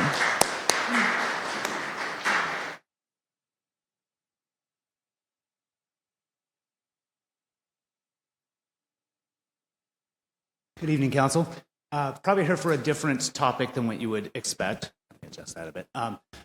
I am here just as myself, a citizen, but I'm involved in Indivisible. Indivisible is a pro-democracy group that is nationwide, and we do have a chapter here in Forest Grove. Indivisible promotes particular candidates that they back. They have a Protect Our People for those that are most at risk group, along with multiple other facets of the group. I'm part of the actions group there. So you probably know us as the guys who like to stand out at the flagpole with signs periodically. What I am here today, much like Michael, is to thank some of you. We have multiple people come speak, both at our meetings and at our rallies. Senator Solman in the back there has spoken at least 2 of our rallies so far that I know of, but I'm here to thank you guys because Councilor Gustafson, who you know I'm a little biased towards, has spoke several times, but Councilor Valenzuela has also come and gave a fantastic speech both in English and Spanish. I'm a firm believer that democracy works best when we are involved, when everyone is involved.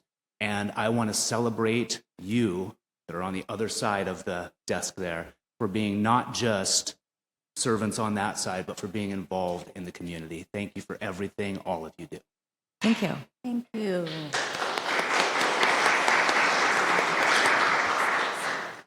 Michael Getlin.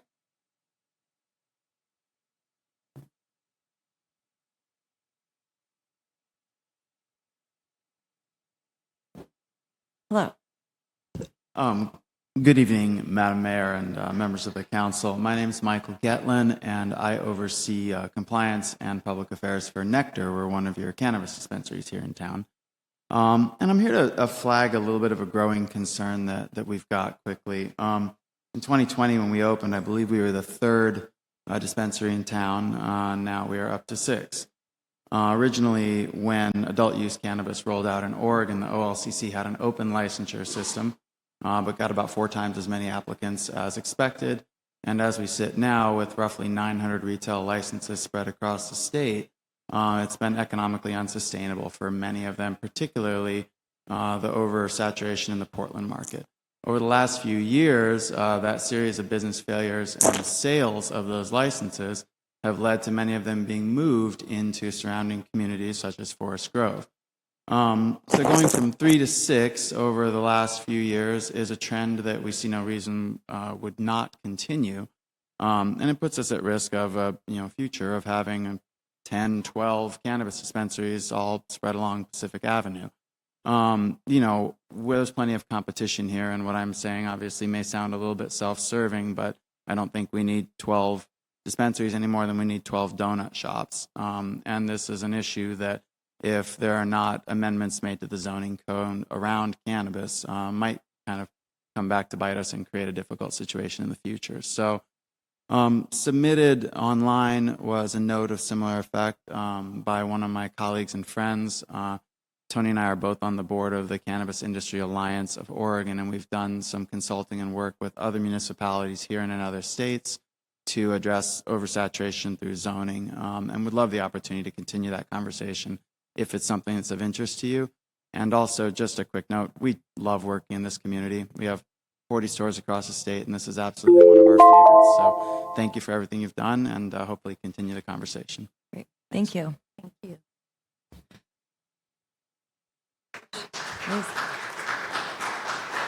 Charmel Hendricks. Charmel Hendricks.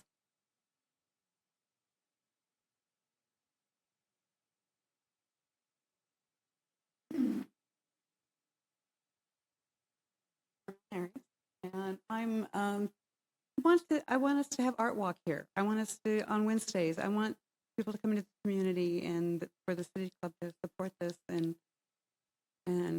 get, because there's so many ways we can get more people to come, like in Portland, and in Hillsborough, the art walks kind of went away with the Sequoia went away. So, yeah, that's all I wanted to say. Okay. Thank you.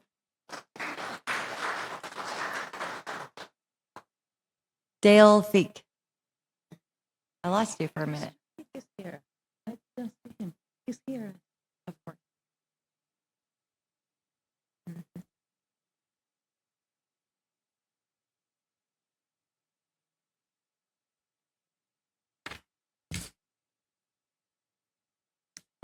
Mayor Wenzel, President Valenzuela, and councilors. I'm Dale Feek, moved to Forest Grove in 1966 to become a public school teacher. I follow Nick Kristof, the Pulitzer Prize writer for the New York Times, and he wrote a story called The Clue to Underlocking Parkinson's May Be All Around Us. Great article. I shared it with David Morris, who has Parkinson. And I also went out to Yamhill to pick up my cider at Kristof Farms on Sunday. And I got a chance to talk to him and his wife. But I read in detail what he wrote in a link. And in that, there was something that really concerned me, and I replied and sent him an email about that. And it says, America needs you. This is an advertisement in one of his, and it shows, a person pointing the United States needs him. And it says up to $50,000 bonuses are written on the flyer for ICE recruits. Donald Trump has declared now we have Department of War, not Department of Defense. And it's a war on the people, and particularly war on cities that are governed by Democrats. And that really concerns me. We have the unemployment rate. People are being laid off, they're being fired, unemployment has gone up, caused by Trump's action. It appears that Trump is trying to build a paramilitary police force via ICE. Everyone should be concerned. I know that your business is local governance, much appreciated, but we also have to protect our citizens and be aware of what the Trump regime is doing. Thank you.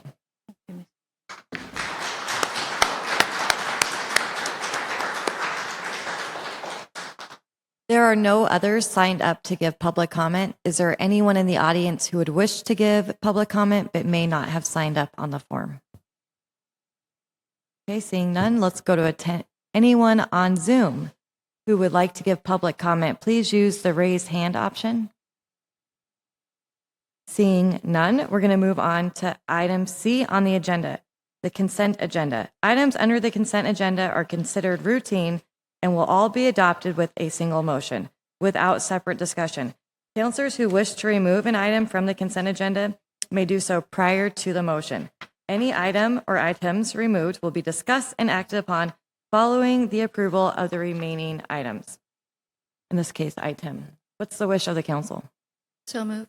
Second. Who moved it first? Was it Gustafson? Counselor? Okay. Counselor Gustafson moved, and I think Counselor Martinez seconded. All those in favor, please say aye. Aye. All those opposed, please say aye.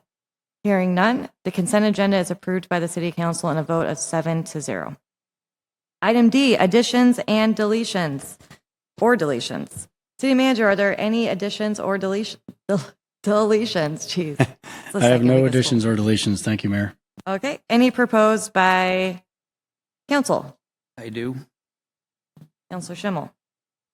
So following our August 25th consensus on the strategic direction of our downtown redevelopment, tonight, the judicious step would be for us to redress Resolution 2024-03, which adopted in January of 2024, authorized a letter of support for City Club's application to join the Oregon Main Street program. Is there a second? I'll second. Okay, so there was a motion to redress resolution, I don't have the number, but what is it? 2024-. 2024-03. In regards to letter of support from the city for City Club to apply as an affiliate member of the Main Street program. It was moved by Councilor Schimmel, seconded by Council President Valenzuela. So at this point, Jesse, did you want to add it to this agenda? Okay, so can we add it, and it does not require a public hearing. So can I add it to F2? Yes. And we'll discuss and go over it at that point on the agenda. You need consensus to add it. Do I need a consensus? I have to get a consensus to add it to the, sorry. So we had a first, a second, and now we need a vote to add it? Yeah, I you're think it right. requires a vote. Do I have then do we also have a discussion about adding it? Is there a discussion to add it or just a vote to add it?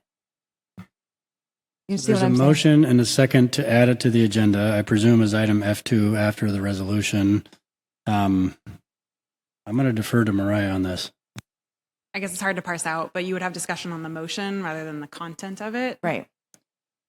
So is there any discussion about adding it as F2? Can I ask for clarification about specifically what the motion is? I want to understand what are you hoping?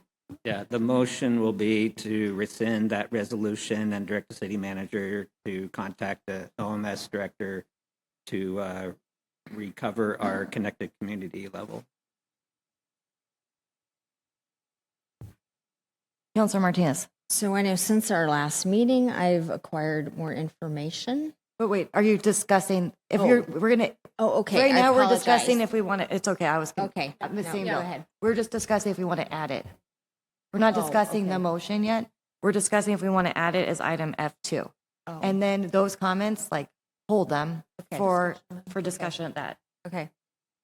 Okay, let's, or am I good? Is there any other questions or discussion about adding item F2, it's called redressing resolution 2024-03?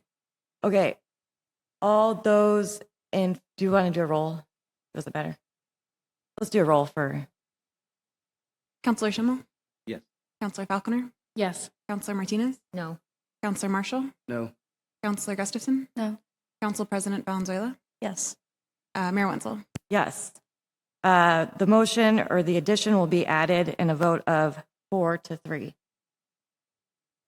Wait, moving on to E, presentations. We have a presentation, state legislative updates from Senator Solomon and Representative McLean.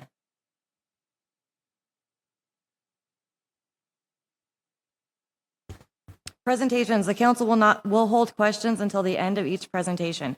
A 2-minute reminder will be given to the presenter to conclude remarks.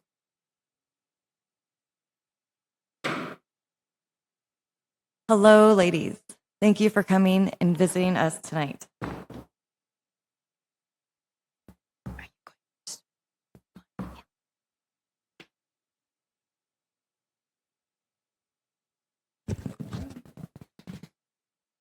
Well, I know I don't know how fun the transportation package has been for you, Rep. McLean. Am I going first? Okay. It's whatever you want. I didn't want it to monopolize, and so, but we can. Hello. Hello. and My name is Susan McLean. For some of you, I've met you before, and some of you I haven't.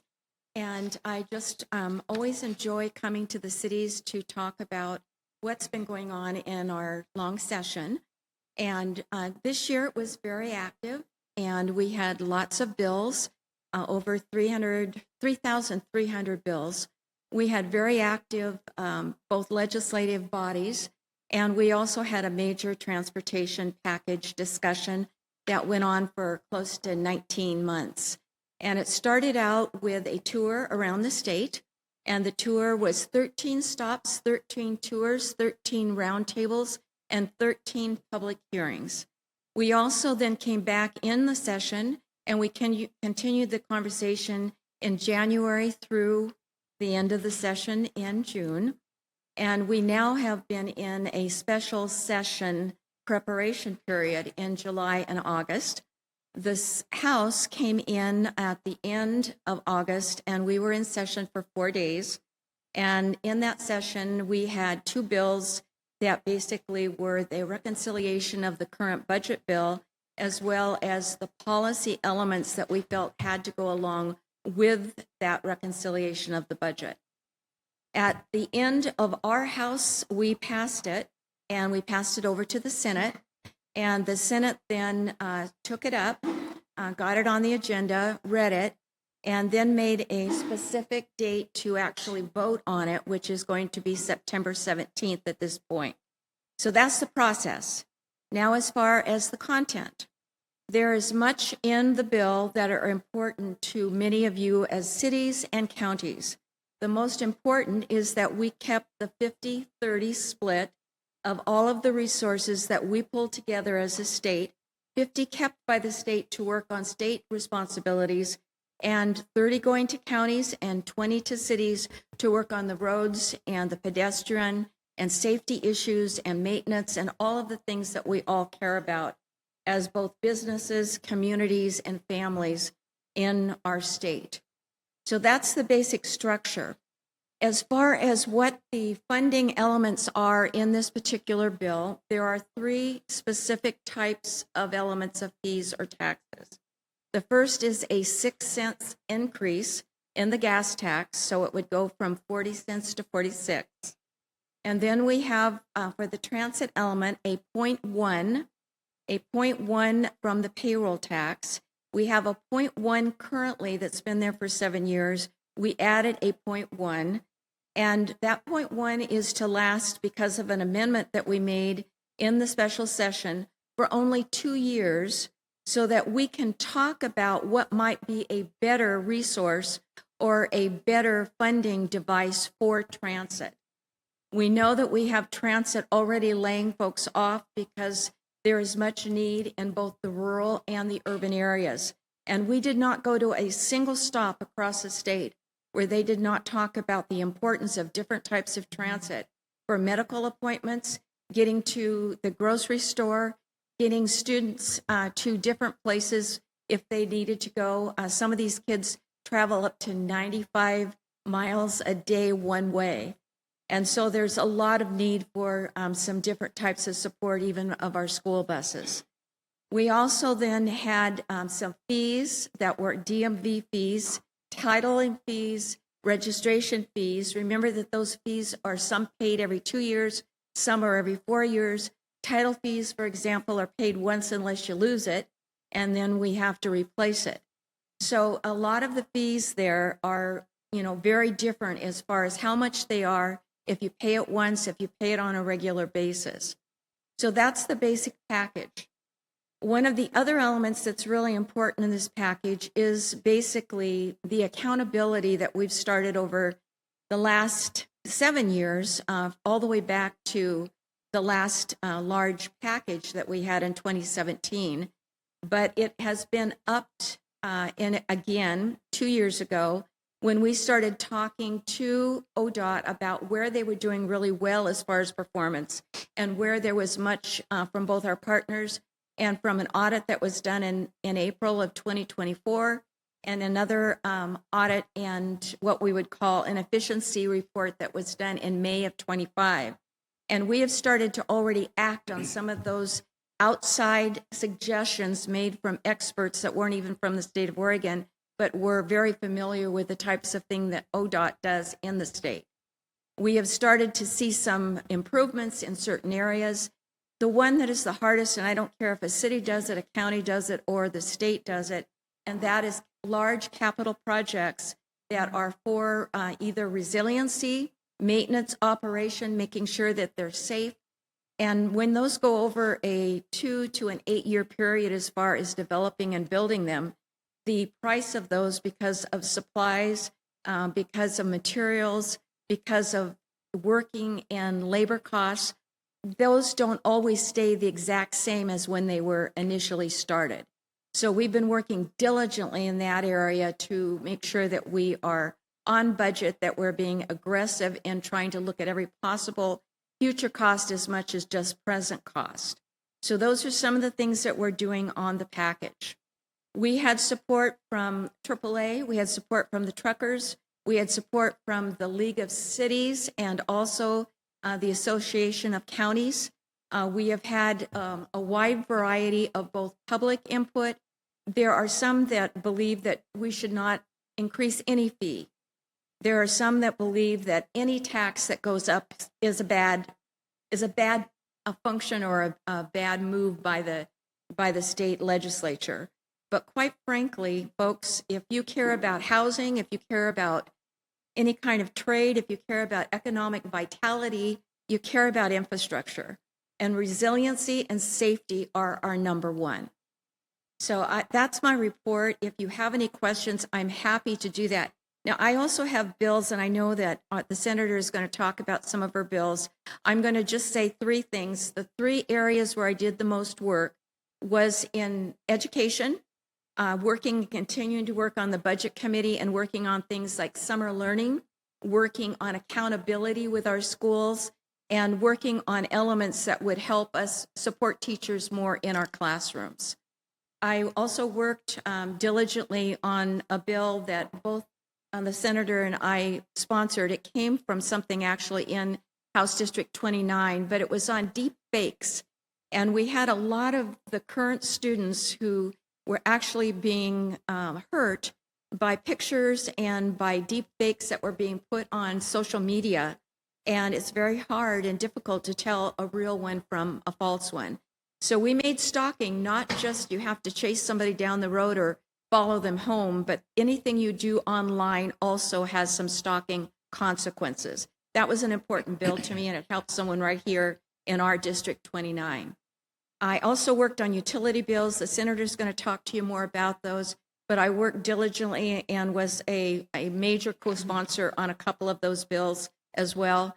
And I also worked on housing, primarily with Representative Marsh, and worked on some things that dealt with modular homes, which we have in our district, and also with rent costs and when folks can put that rent up and how much type of notification they have to give renters before they do increase the rent on their property.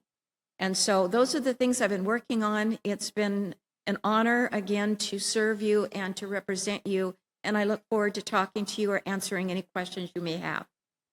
Thank you. Do you want to hold questions till the end, or do we want to ask questions of Rep. McLean now? Let's ask questions now, and then any questions?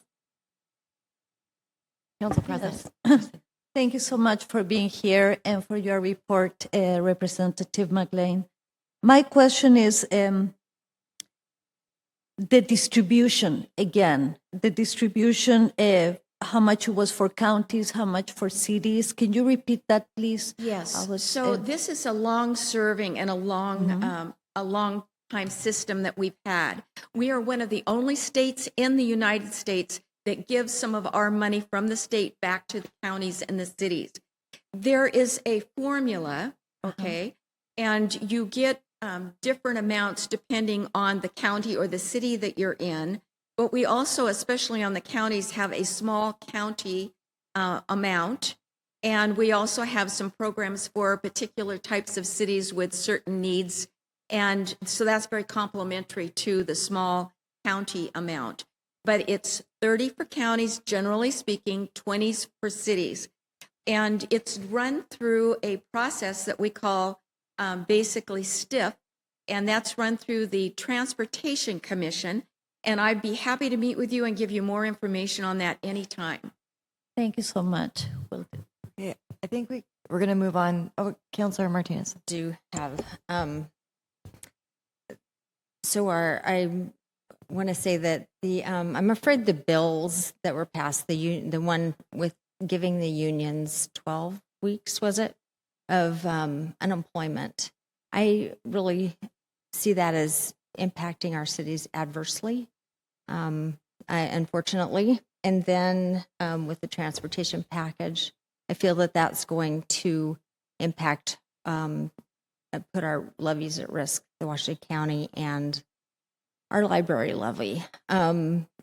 People and big business are leaving Oregon by the droves. Can you tell us what you're going to be doing to help with our businesses and the population to make us more prosperous? So, thank you so much. I'm Janine Solomon. I'm state senator for Senate District 15. And so I would say when looking at, and my vote reflected much of what you're sharing with Senate Bill 916. I did vote no because I mostly was very concerned about public schools and our cities and our counties. Public funds don't have profit to be able to work with, and so the money does end up coming out, say in a school, it will come out in days, and so I share Senate Bill 9. Yes. As far as economic development, again, share your concern. We're reading the headlines and we're hearing information about Intel and all around it. In Nike, manufacturing alone within this area is deeply concerning. When I was talking to a legislative colleague and we were talking about this, the comment was, well, I just don't care about it. Well, you need to care about Intel because they are our largest private employer in the state of Oregon. We need to make sure that we depend on income tax in the state of Oregon. We need a flourishing economy to help with housing, transportation, education. And that comes from having good business here in Oregon. And so I share that. I am working on concepts of around economic development, not only for personal bills, there's also some that we're working on with in energy and environment that I chair as blue economy bills and different things that help our coastal communities and our river communities with sustainable business. Okay, so I was like, we put you in the hot spot by answering a question before you presented, but we'll turn it back over to you, Senator Solomon, to present on your topics. Thank you. So much. Well, Council and Mayor, thank you so much for the opportunity to be here. I'm Janine Solomon. As I said, I proudly represent Senate District 15. As most of you know, I did grow up in Gales Creek. I graduated from Forest Grove High School. And so it is absolutely amazing to represent the community where I grew up. I still know so many neighbors here in Forest Grove. So I currently have some committee assignments that I wanted to share with you. I serve as the Senate Committee Energy and Environment Chair. I'm on the Joint Committee on Ways and Means. I serve as the subcommittee co-chair for education and as well as the Information Management Technology, that is the Joint Committee. Serve as the Administrative Hearing Oversight Committee and the Charitable Checkoff Committee. Commission. I'm sorry. So those are all opportunities to partake in the process when we are looking at work that we are legislation in Salem. I have proudly represented senators since 22, and I will tell you, I cannot do this work alone. Not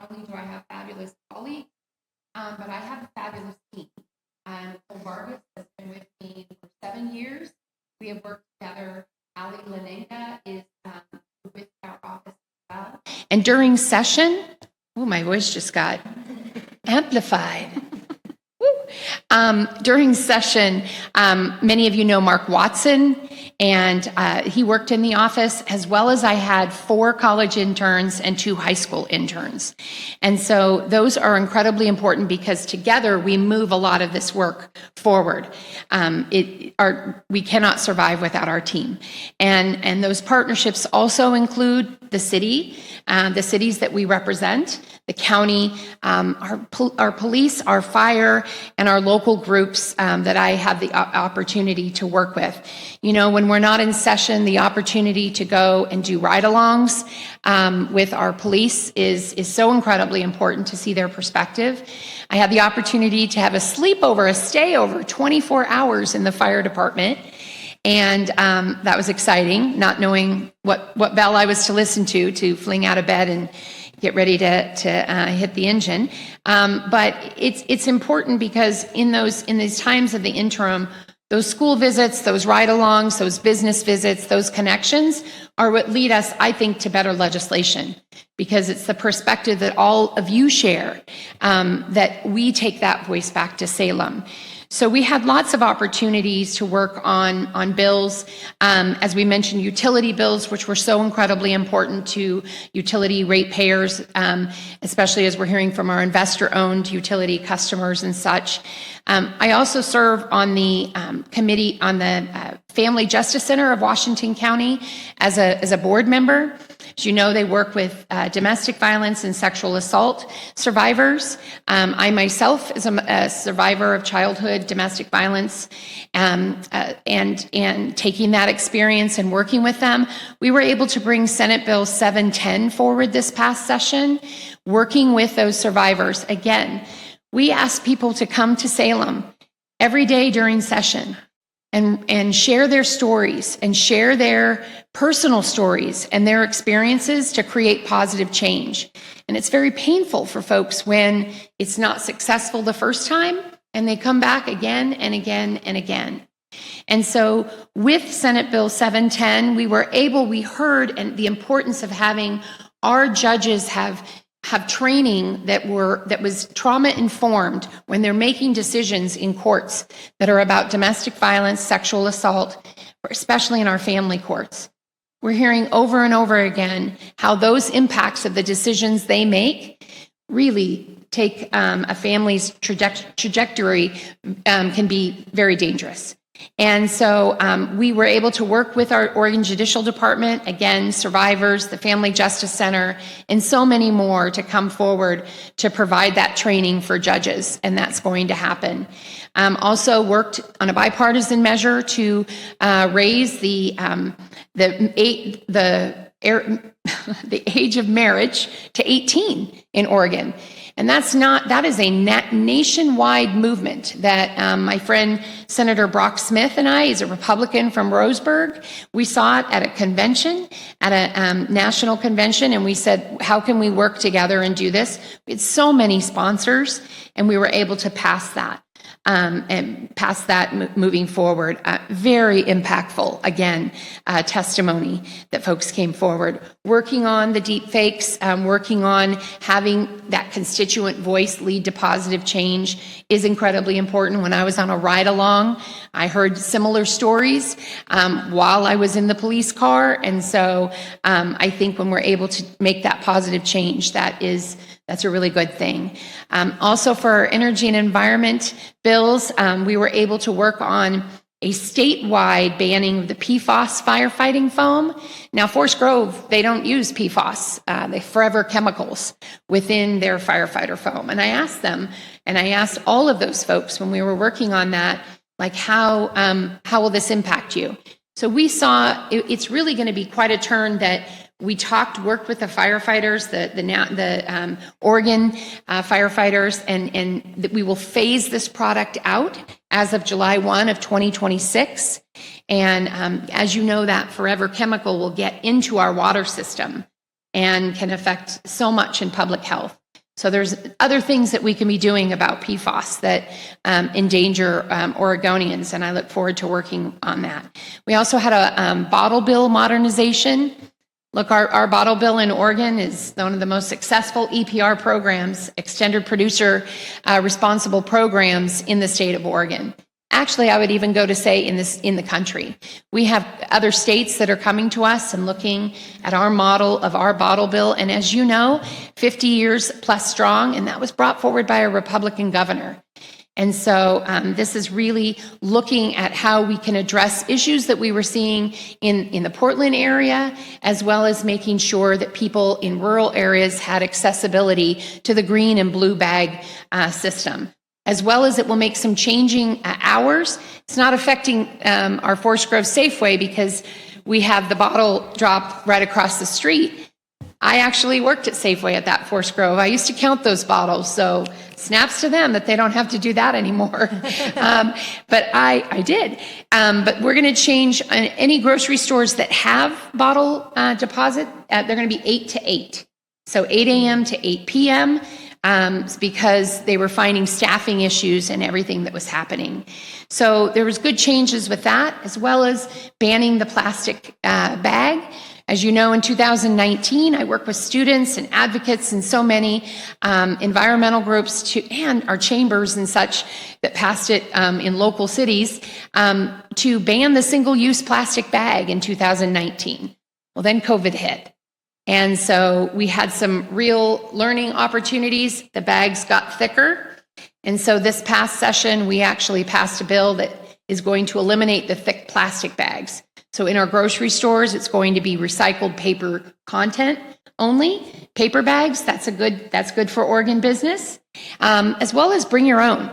I have a whole trunk full of reusable bags myself. And so just making sure that we're cutting out plastic as much as we can, because the plastic doesn't just end up on our streets and in our garbage. It actually ends up in our body through microplastics and getting into our water system.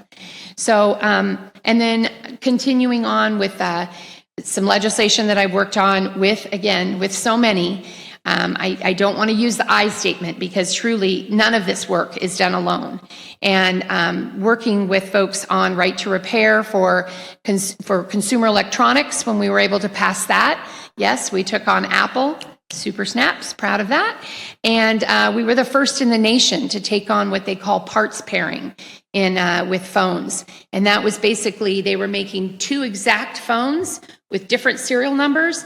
And one could have a broken screen, and you could not put the screen on another phone without having all sorts of faulty messages and things coming up. So it was making people go and buy new phones, brand new phones, which is very costly to Oregonians. So we took on that issue around consumer electronics. And this past session, we added wheelchairs and mobility devices. And again, we're not the only state that does this. We followed Colorado's lead on the wheelchairs. That was the first bill they passed.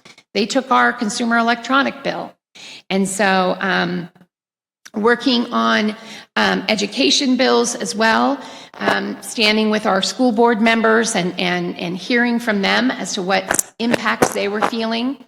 That they needed to provide their feedback on, as well as we have the opportunity in Salem to provide memorials and resolutions. And we did a Senate concurrent resolution that we co-sponsored for former Mayor Richard Kidd, as well as our former Pacific University, Dr. Philip Creighton. We provided that state recognition and others, but I know Forest Grove, that's directly tied. You also might know Dr. Ralph Helserman. He was connected with, I think, as an optometrist in the area too, and in Hillsborough. But there's not a shortage of action. Bill limits, we had a bill for that. Folks don't need a bill for that. So what we do need is communities to work together to tell the legislature, you need to act on that. Yeah. Because I have to tell you, I think that's government inefficiency.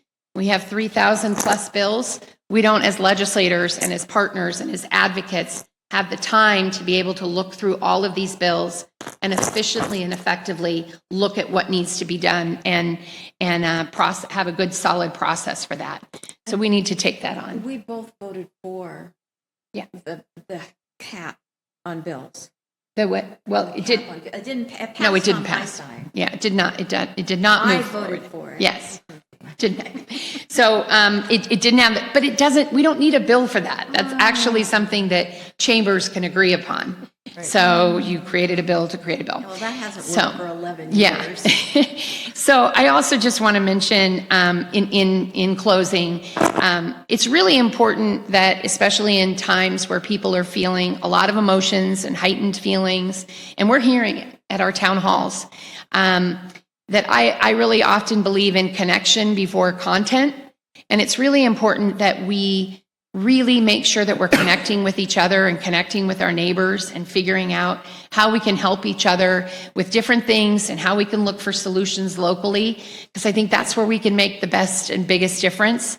I just held my 150th community conversation in Orenco outside. It was a great turnout.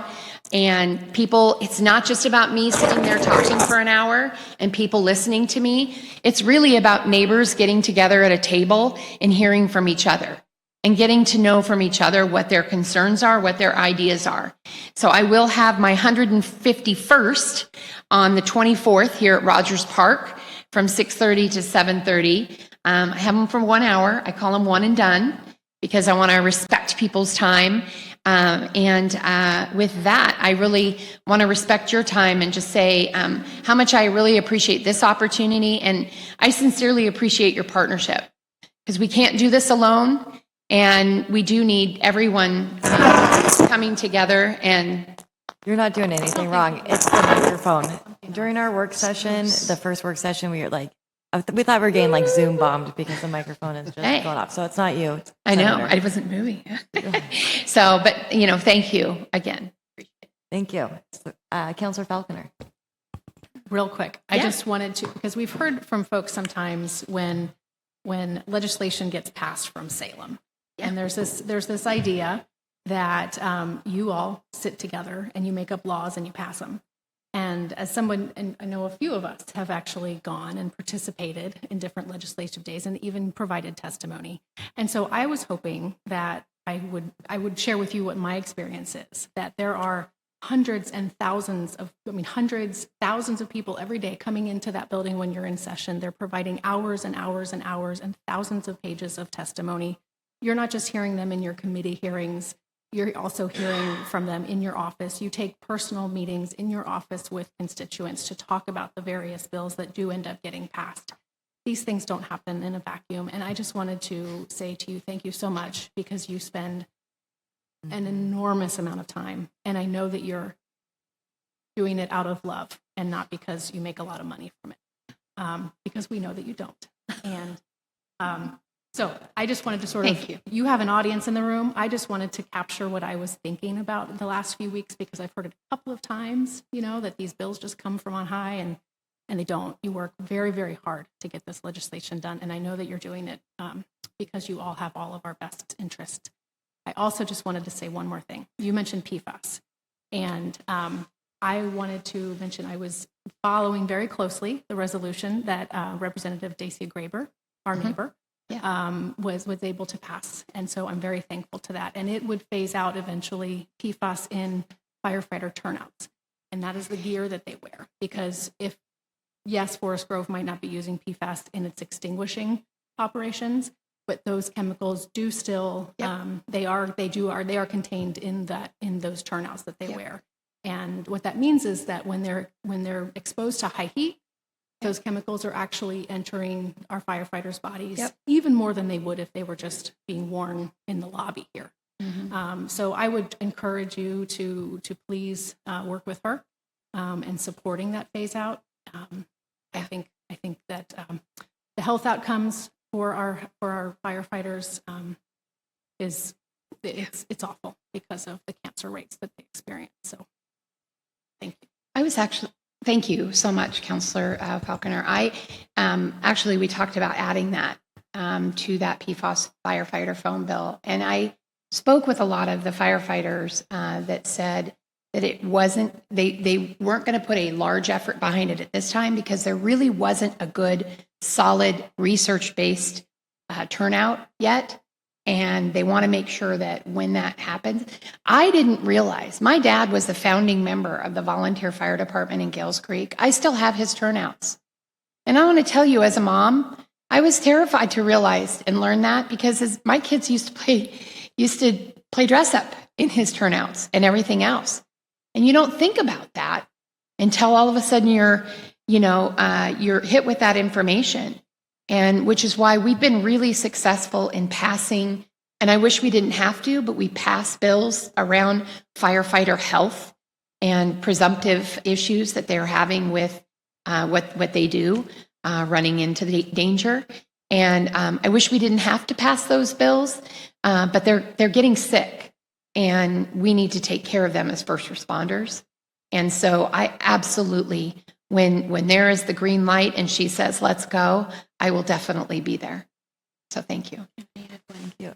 Yeah. So I want to just add, we have a really wonderful House member, Dacia Graber, who is a firefighter herself, and I think she really energized us in that area. And the other element is because of the wildfires that we've had to fight over the last 6-7 years, there's been more awareness of some of the threats to both our workers and to those around us and to our environment.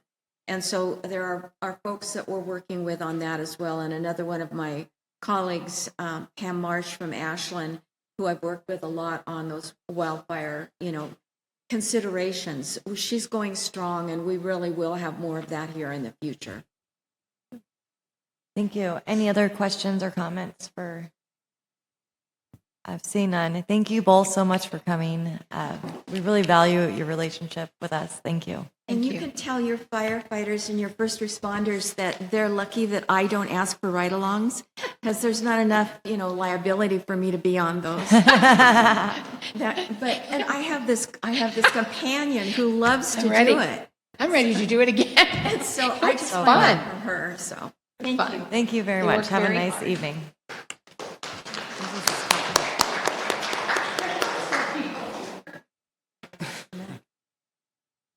Okay, next up, we're going to start with item F on the agenda, which are public hearings, ordinances, and resolutions.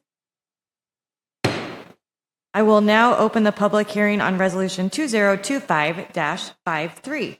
If approved by the City Council, this resolution will adopt new electric rate schedules for services invoiced on or after October 1st, 2025.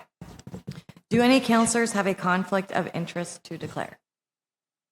I mean, I want to kind of ask a silly question, but we all pay the rate because we live here. Okay, anyways, but no? Okay. So I'm going to pass it over to Keith, our Light and Power Director. All right. Good evening, and thank you, Mayor and Council. I'm going to, was not going to read from the presentation materials from the 25th unless there's questions. Mainly was just going to work my way through the staff memo and kind of start from there. Thank you, Mariah. So the city hired FCS Bowman, a company, our financial consultant, to update the cost of service and rate study. And the study is designed to review the Light and Power's revenue requirements to fund operating costs while maintaining revenues for operations and capital expenses. FCS and the city staff looked at the current and projected operating costs, projected power costs, capital requirements, and revenue requirements. I'll read from here. Find my space. If any increases should be considered within the next 5 years. City staff and the consultant and the city council held a work session on the 25th, and we went over the entire study to present the results of the study. The following items were significant factors that contributed to a consensus to increase power rates for all users by 3.25%. Effective October 1st, 2025. The Bonneville Power Administration, who we buy our power from, is increasing our power rates at about an average of 9.1%. The increase would maintain adequate operating and contingency reserves, and the increase would cover budget debt service for our capital projects. Council also reached consensus to perform another rate study prior to considering any further rate increases. We will perform that study this next summer to see if what we had projected in this study is still true or if we need to make any changes at that time. Exhibit A reflects the changes that were approved by City Council. It also includes a corrected amount for a very small amount of rate schedule 4 that staff discovered while reviewing the rate study and revising it. And it had to do with 2 small areas. This did not affect anybody because there is no customers on rate schedule 4 at this time.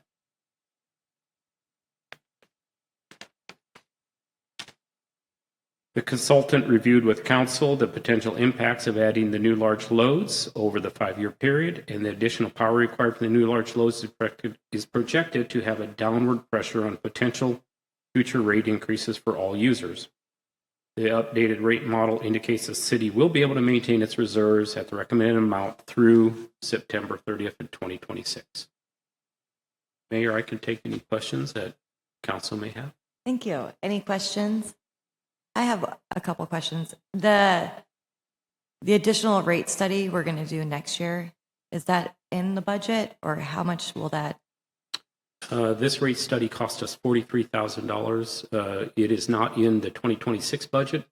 We were going to do it in 2027, so we'll bump that up. We will probably have to do it again in 2027. That's when we do expect the future, if the new large loads do come in, that's when they will start having an effect in 2027, not in 2026. Yeah, and I think that's a clarifying question. Another question I had. So right now, there's no indicator of a change in our loads between 2025 to 2027, correct? Or well, there's no indicator in the revenue. Yes, there is projections that some loads will start coming on if they follow schedule. The rate study determined that it's too soon to have any effect on the rates for these first 2 years. That's why we did suggest a 3.25 for both years. Both years, just because if all follows suit, it won't start to have any effect until 2028 is when the additional revenue should help.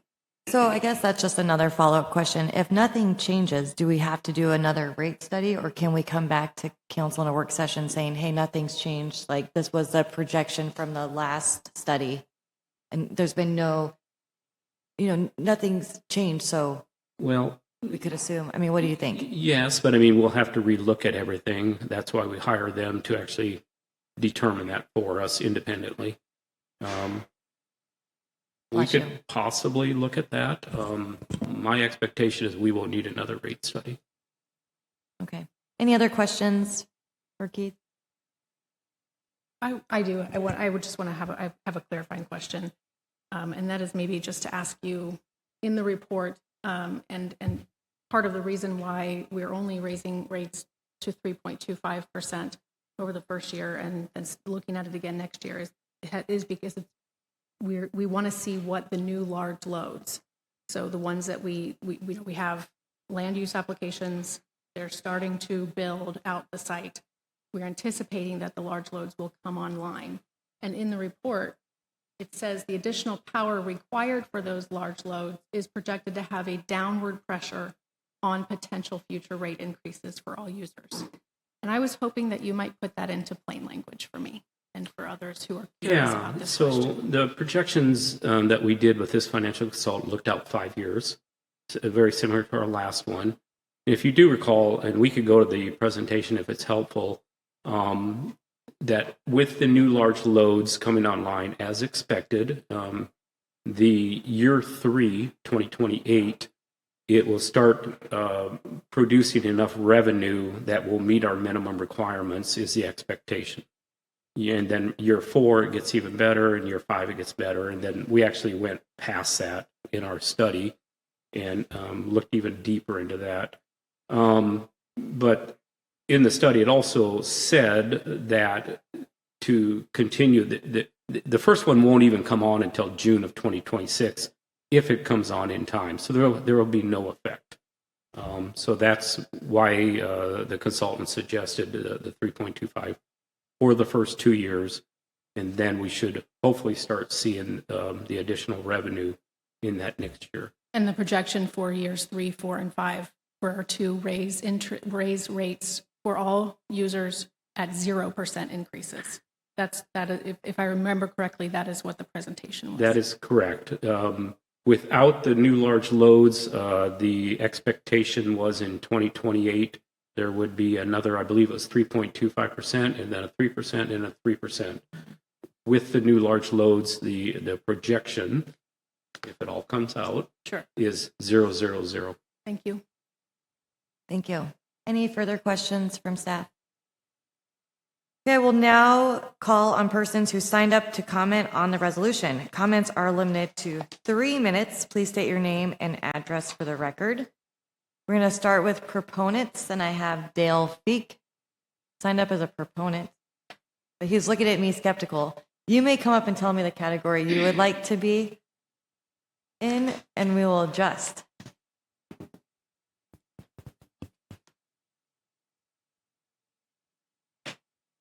Hardest part is getting in the seat and saying things. Mayor Wenzel, President Valenzuela, and council members. I had a chance to meet with Director Heath recently, last week, and because I wrote him an email and asked a bunch of questions. And he said, instead of answering the questions, why don't you come talk with me? So I did. And I learned some things that I didn't know. For instance, I learned that when I did the appeal and did the public records request and got all kinds of information, that there were transformers that Crane Data Center were going to buy and install at 2 substations so you could have one goes out, then the other one will be there to still provide the power. And Crane has purchased those. They are here, and Crane will pay for the installation of those. So that's the thing I learned. I also learned that I thought Crane was going to have to do another land use permit before they could get past 10 megawatts of power. Well, you can get up to 9.99, and many corporations don't want to go over that because there's big penalties. So I learned that they're going to go 8 megawatts per year on a rolling basis, which is good. So that's the reason that in time they will get up to, I think it's the 47 megawatts, which is a lot of power. But those transformers already will have the power in them to do that. That surprised me. And I don't quite understand that, but that's the way it is, okay? And then when they go to what I call auxiliary 2, but that was a question, building 1, building 2, building 2 gets, I think, about 37 megawatts of power. But they still may have to, I didn't learn this from Keith, I learned it from other ways, but they may still have to do a land use permit to get that. So, data centers are terrible because of the amount of power they use. And I was quoted on TV by saying that. They're data hogs, right? And so in Forest Grove, we're going to have a data center. It's going to be developed. And I talked with an engineer today, Rich Blackman, because there's an issue about the road being put in, and the Crane has to get the right permit to do that, and they don't have it, so they have to wait. So I'm impressed with the city engineers and the people tracking this, and they're looking out for the best welfare of the residents and the ratepayers. So just interesting. You're getting so good with your time. Thank you very much, Dale. Feek, Mr. Feek. Okay, anyone else who would like to provide testimony as a proponent, opponent, or other comments? Anyone on Zoom, please use the raise hand feature. Okay, seeing none. Would staff like to respond to any of the testimony? Okay, sounds good. The hearing is now closed. Is there a motion from council? Move that we move forward with the resolution. Second. Resolution 2025-53 was moved by Councilor Martinez and seconded by Council President Valenzuela. Is there any further discussion from council? No, I don't think so either. Okay. Will the city manager please read the resolution by title only? Resolution 2025-53, adopting new light and power department electric rate schedules and defining and definitions and descriptions for services invoiced on or after October 1st, 2025, and repealing resolution number 2023-55. Thank you. Will the city recorder please call roll? Counselor Martinez? Yes. Counselor Marshall? Yes. Counselor Gustafson? Yes. Council President Valenzuela? Yes. Counselor Schimmel? Yes. Counselor Falconer? Yes. Mayor Wenzel? Yes. Resolution 2025-53 is approved by the Forest Grove City Council in a vote of 7-0. Mariah, or city recorder, city manager, there's been a request to take a bio break. Can we do that for 5 minutes? Like, is there a process for that? Can I just? Oh, till the next section. Okay, we're okay for right now. Okay, never mind. Sorry, I misunderstood. We're now going to move on to item F2, and I'm going to pass it over to Councilor Schimmel. Do I provide some explanation after the motion? I think so. Yeah, city staff, do you want? I think here's the resolution. Go ahead, just speak to the motion. Well, and then. my motion is to rescind resolution 2024-03 and direct the city manager to contact the OMS Oregon Main Street director to restore the city of Forest Grove to the connected community level. Okay. Connected. Hey, do you want to state your reasons? All right. Well, for those in the public, and as my colleagues know, I sent a more thorough letter through public comment, so you can read my rationale more thoroughly there. So I'll just highlight a few important things. One was that resolution was narrowly focused. It merely said that the city would support the city club's application to the affiliate membership of the OMS program and authorize the mayor to sign a letter of support. I don't believe at the time, or as I've gone through the history of public documents, was it ever declared in any presentation that there was any further commitment beyond that. And as I think we all know, letters of support are not binding agreements. There's no guarantee or funds or commitment of staff resources. But I think the more pressing issue was the expectation of a collaborative agreement that included 3 parts. One was working collaboratively with the Chamber of Commerce on Main Street initiatives. Second was ensure chamber voting representation. And 3, committing both organizations to active participation on the leadership committee. And I have it under good authority from the chamber that their representation has not met these expectations, citing concerns over trust, primarily membership dues, the non-disclosure agreements, and beyond that, just the rampant confusion that remains between businesses, owners, and our partners. I think by rescinding this resolution, the city can reset the framework, protect valuable staff time, and ensure access to state resources in the future. I think staff and council need the space to rebuild our relationships and deliver on our commitment to the 2040 plan and our downtown business community.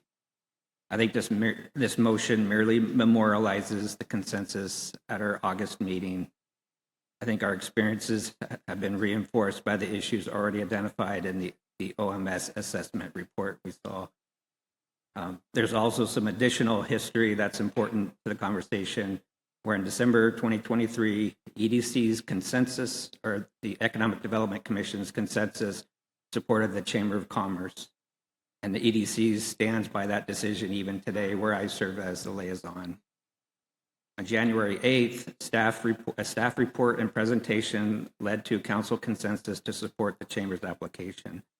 Somewhere between January 8th and the 22nd, there was a change of direction outside of public process. In terms of record compliance, there doesn't appear to be any public record reflecting that change. not particularly not with the EDC from their December 23 decision.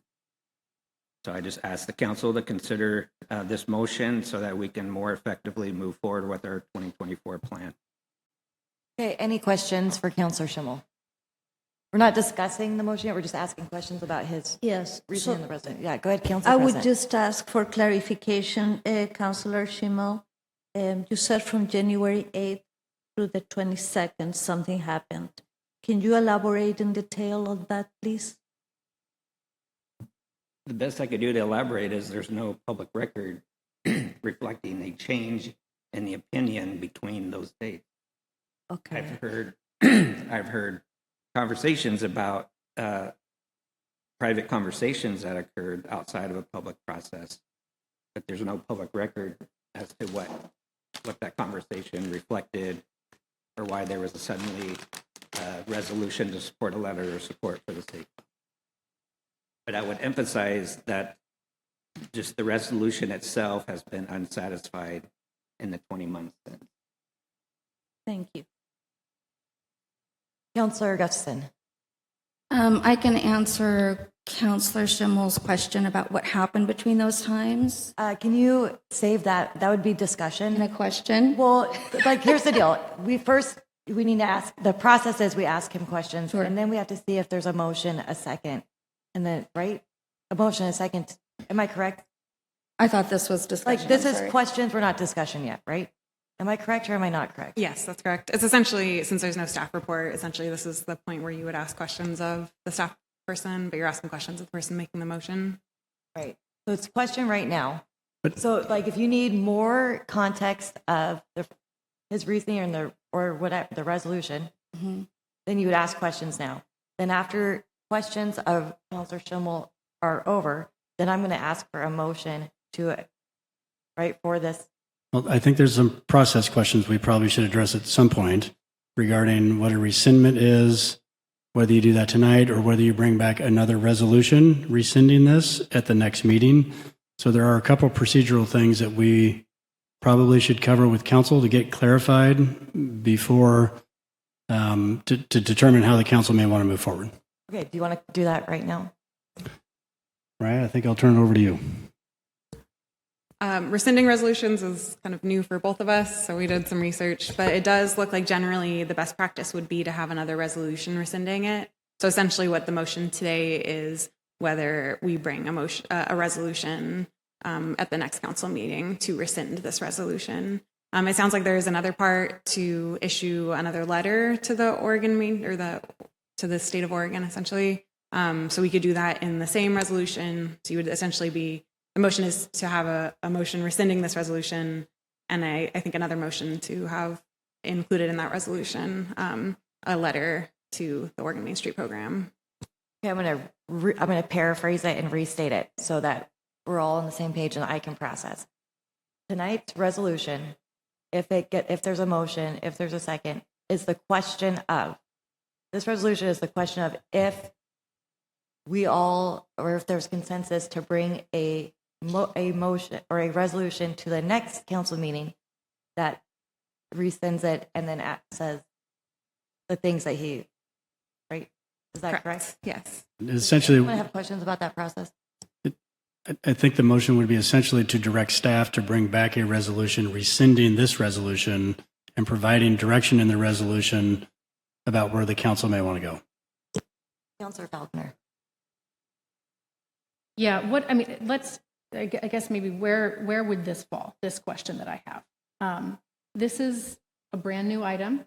Yes, we received a letter, but without having the knowledge that this was going to be added to our agenda tonight, I have not read the original resolution. I have not read the letter because I was not on council when that happened and I was not following this issue. So my question for process is, and maybe this is a question to Councilor Schimmel, about what, if I feel like the council needs to have a discussion about the current state of the operation under the current resolution and whether there needs to be any actions taken on those.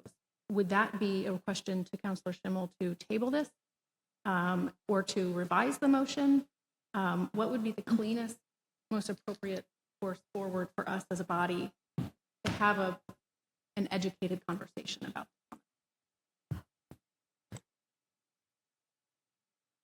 I'm just kind of thinking through this. If the direction from the council is to bring back a resolution at the next meeting, accompanying that resolution would be a staff report. There would be some history regarding this resolution. Most, if not all of that material was in the last work session. And so there could be further conversation in the deliberation of that resolution per se.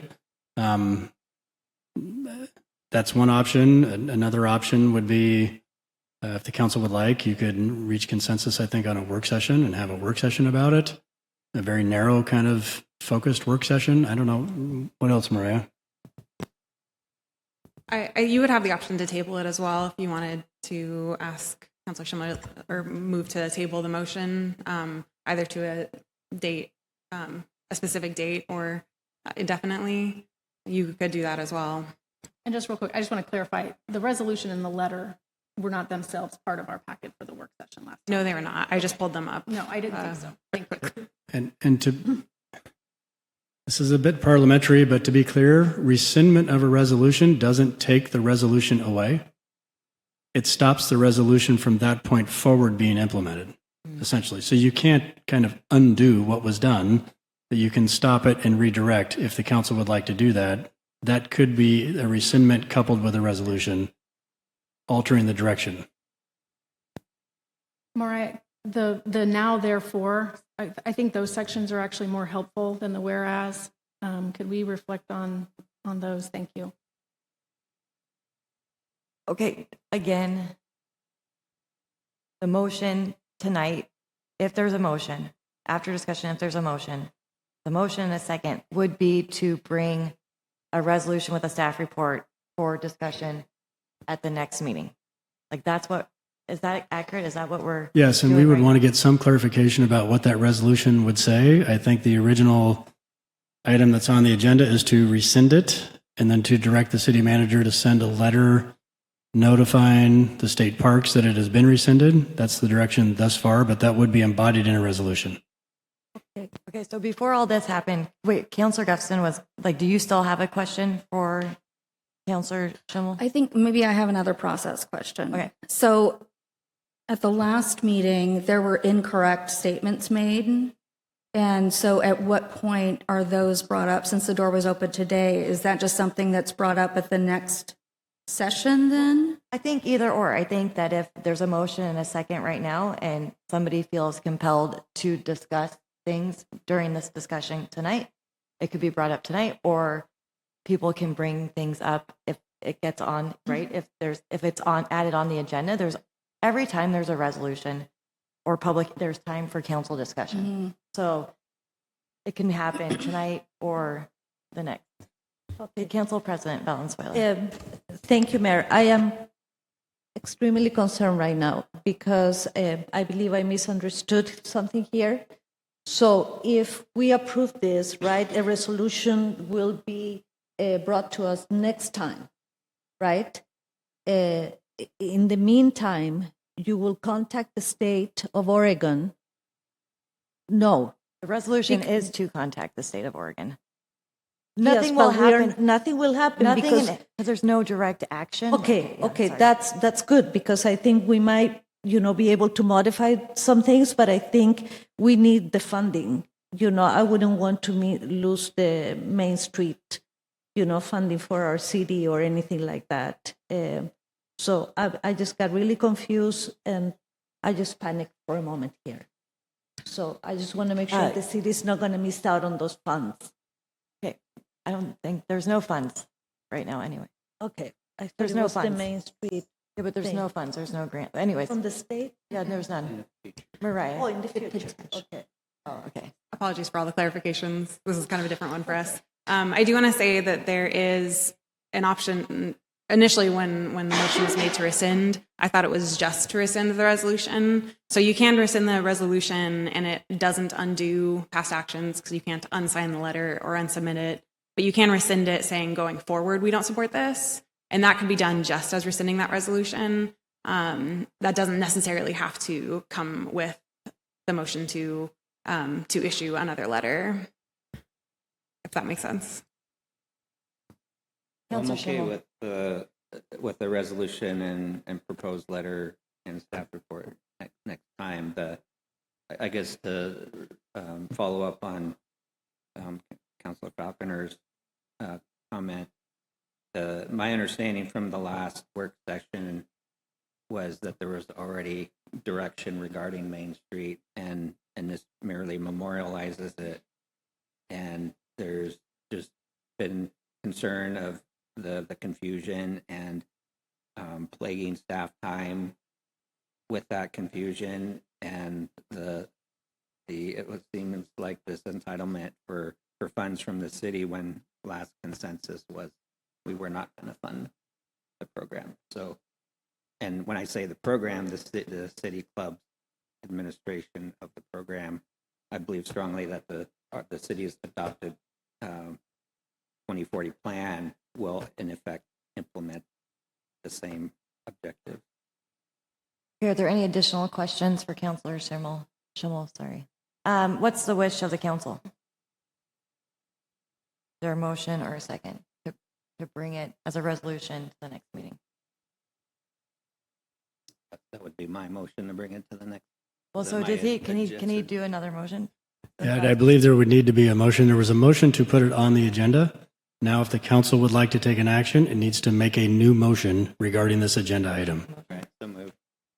Okay, Councilor Schimmel is making a new motion. Is Can there a we- second? Can we have, I apologize, can we have the motion stated, please? Yeah, a resolution with rescinding the prior resolution, and a new resolution that authorizes you to send a letter to the state agency that consistent with what you said before. Thank you. Okay, is there a second? I'm not hearing one, so I'm gonna let it go. I'll second it. Okay, Council President Valenzuela seconded. So there's a motion from Councilor Schimmel and a second from Councilor Valenzuela. Let's open it up for discussion. Councilor Martinez, this is when you, yes, I remember from earlier. All right. So I've had conversations with parties who are working to bring a consensus within the bounds of the analysis that we were given from the Main Street program staff. And I would hate to see that destroyed at this point. I think he is really working to bring people together with through I've lost the word now, concession and agreement. And I think we need time for that to play out before we move forward with anything else. I think that we just shouldn't rush into anything at this point, and it would be good to let the parties work through this and bring it together. Okay, Councilor Gustafson. Just to clarify some of the impacts of stepping back from the level of the program that we're at currently, we would lose funding, Councilor Valenzuela. It's not like the program is receiving, monthly funds or anything like that, but that removes our ability to apply for certain grants, including the very large Main Street Revitalization Grant. In addition to that, it also steps back from the type of support that we get from the Main Street program, because at each level you go, it kind of unlocks different supports that the Oregon Main Street program provides. And to pull out now, when there have been so many businesses interacting, where there's been new partnerships made, when there's umbrella contracts being made with companies that our nonprofits here and our businesses use for events, there are umbrella negotiations of contracts to decrease costs for our businesses and nonprofits in Forest Grove by the City Club. And then just the volunteers work so hard. And just to slap them in the face with this when they've been working so hard to get this program up, it's heartbreaking.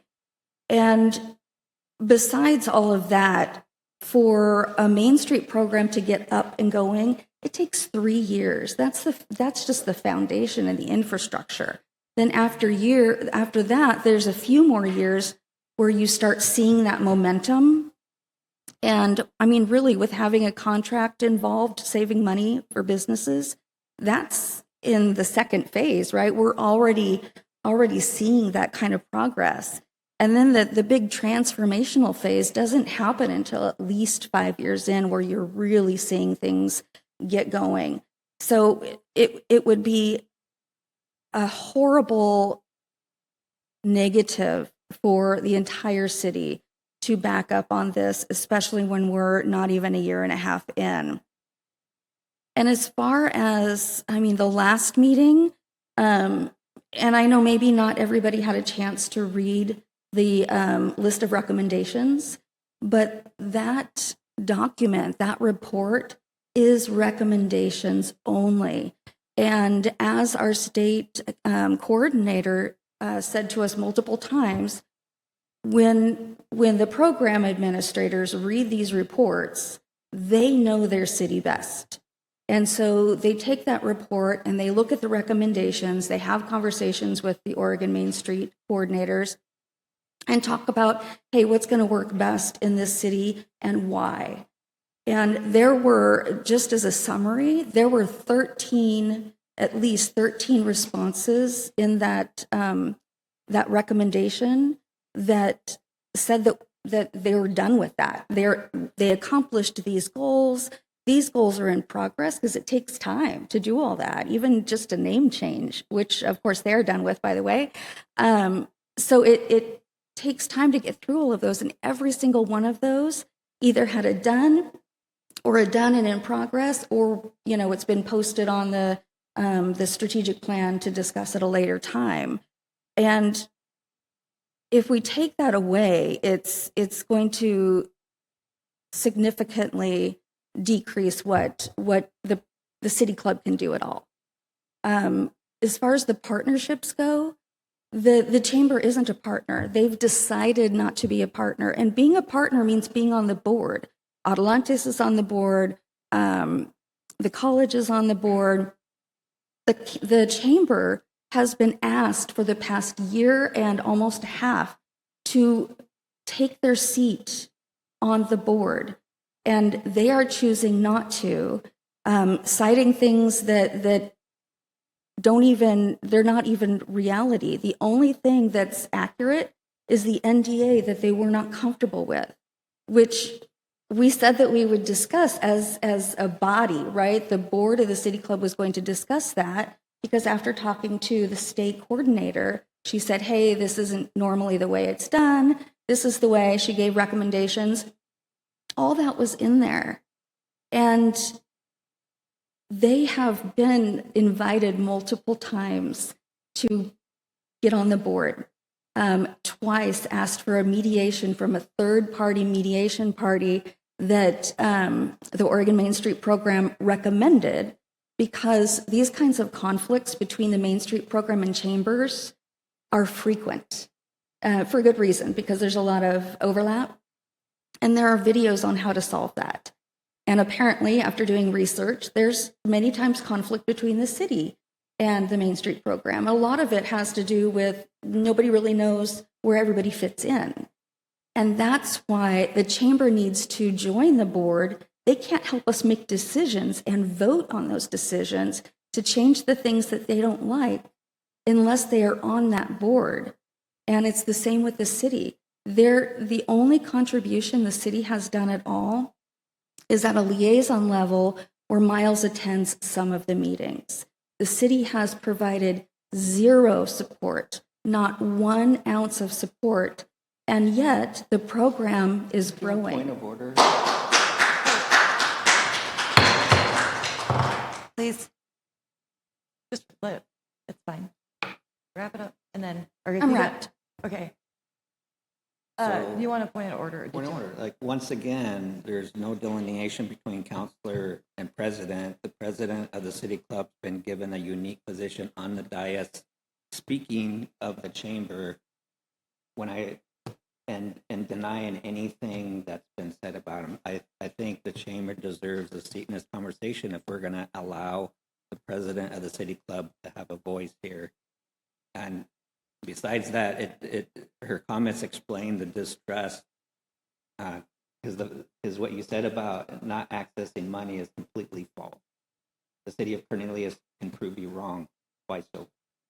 So what you said about the city not being able to access money when they're at a connected community, you're absolutely wrong. Okay. Well, that wasn't the information given to me, but thank you for that Well, that's information. a common comment I hear is you've been misinformed. So there's just a compounding issue that concerns me in terms of this council being distracted and staff being burdened trying to deal with two different people in one and not knowing whether you show up as a counselor or president.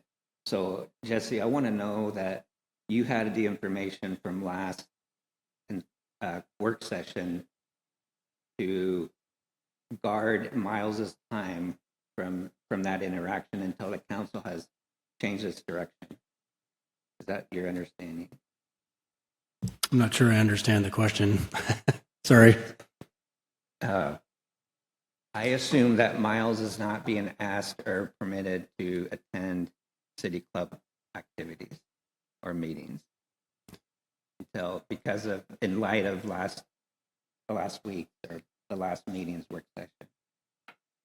So I think the consensus that we took, and it could be clarified from the last work session, was that at this point, the city is not participating in the Main Street program.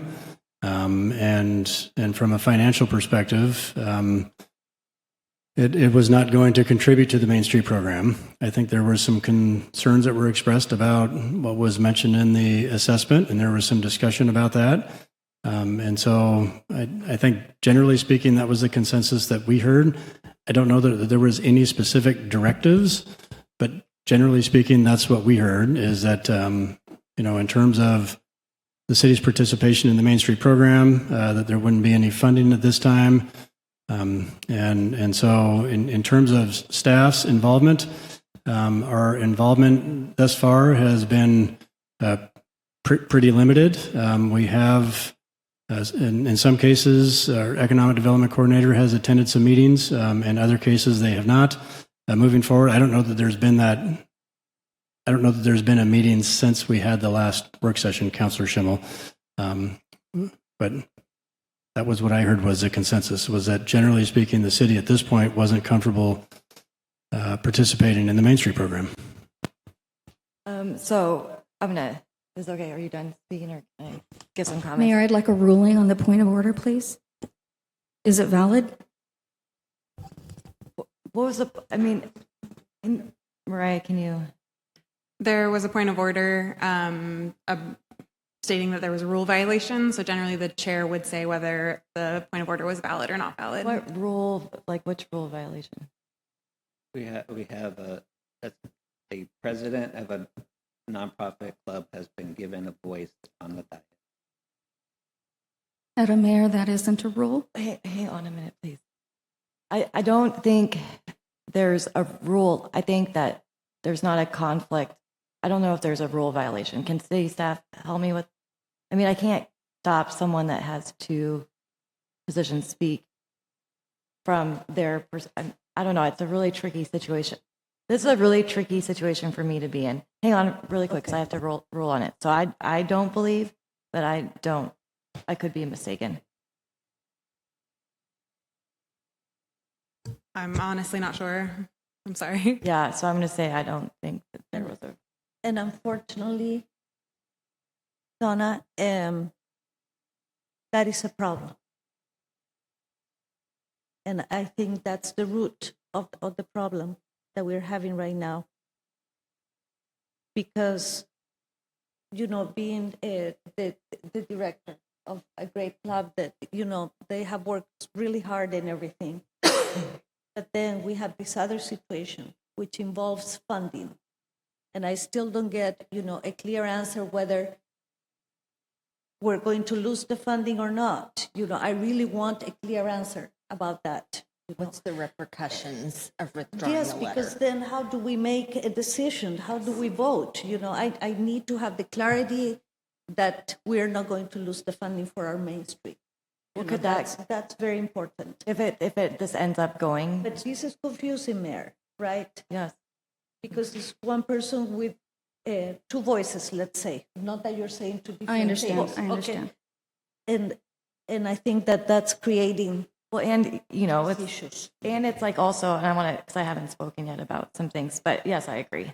I am very conflicted about Main Street program, how this is all, because my understanding is nonprofits, communities become part of the Main Street affiliate program to catalyst economic development in downtown, to ignite it, to activate it.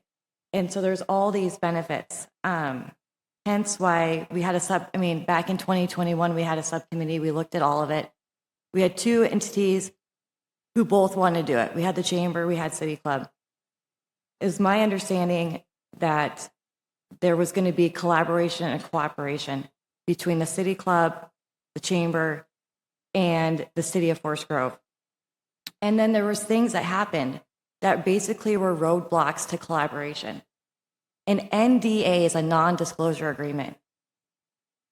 Our job as this council is financial stewardship. We live off a levy. Public property owners pay taxes, and we fund all these services. So when we keep getting pushed and, people are posting things online against the city's not supporting Main Street,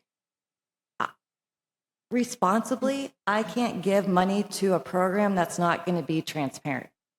So if there's a non-disclosure agreement, and then when the assessment, I hope you all read the assessment, and I imagine that the board wrote the response to the state together. But it never, so the Main Street did the assessment, they gave recommendations. They said, we think there's a perceived conflict of interest. Whether it is one or not, we recommend taking someone else from the board and switching positions. The response from the Main Street board to the state was, people say that, but that doesn't make it true, and we're not going to change it. Then there was a recommendation to do away with a non-disclosure agreement. And the response from the Main Street board, according to our packet and what was emailed to us, was, we are going to revise it and look at it.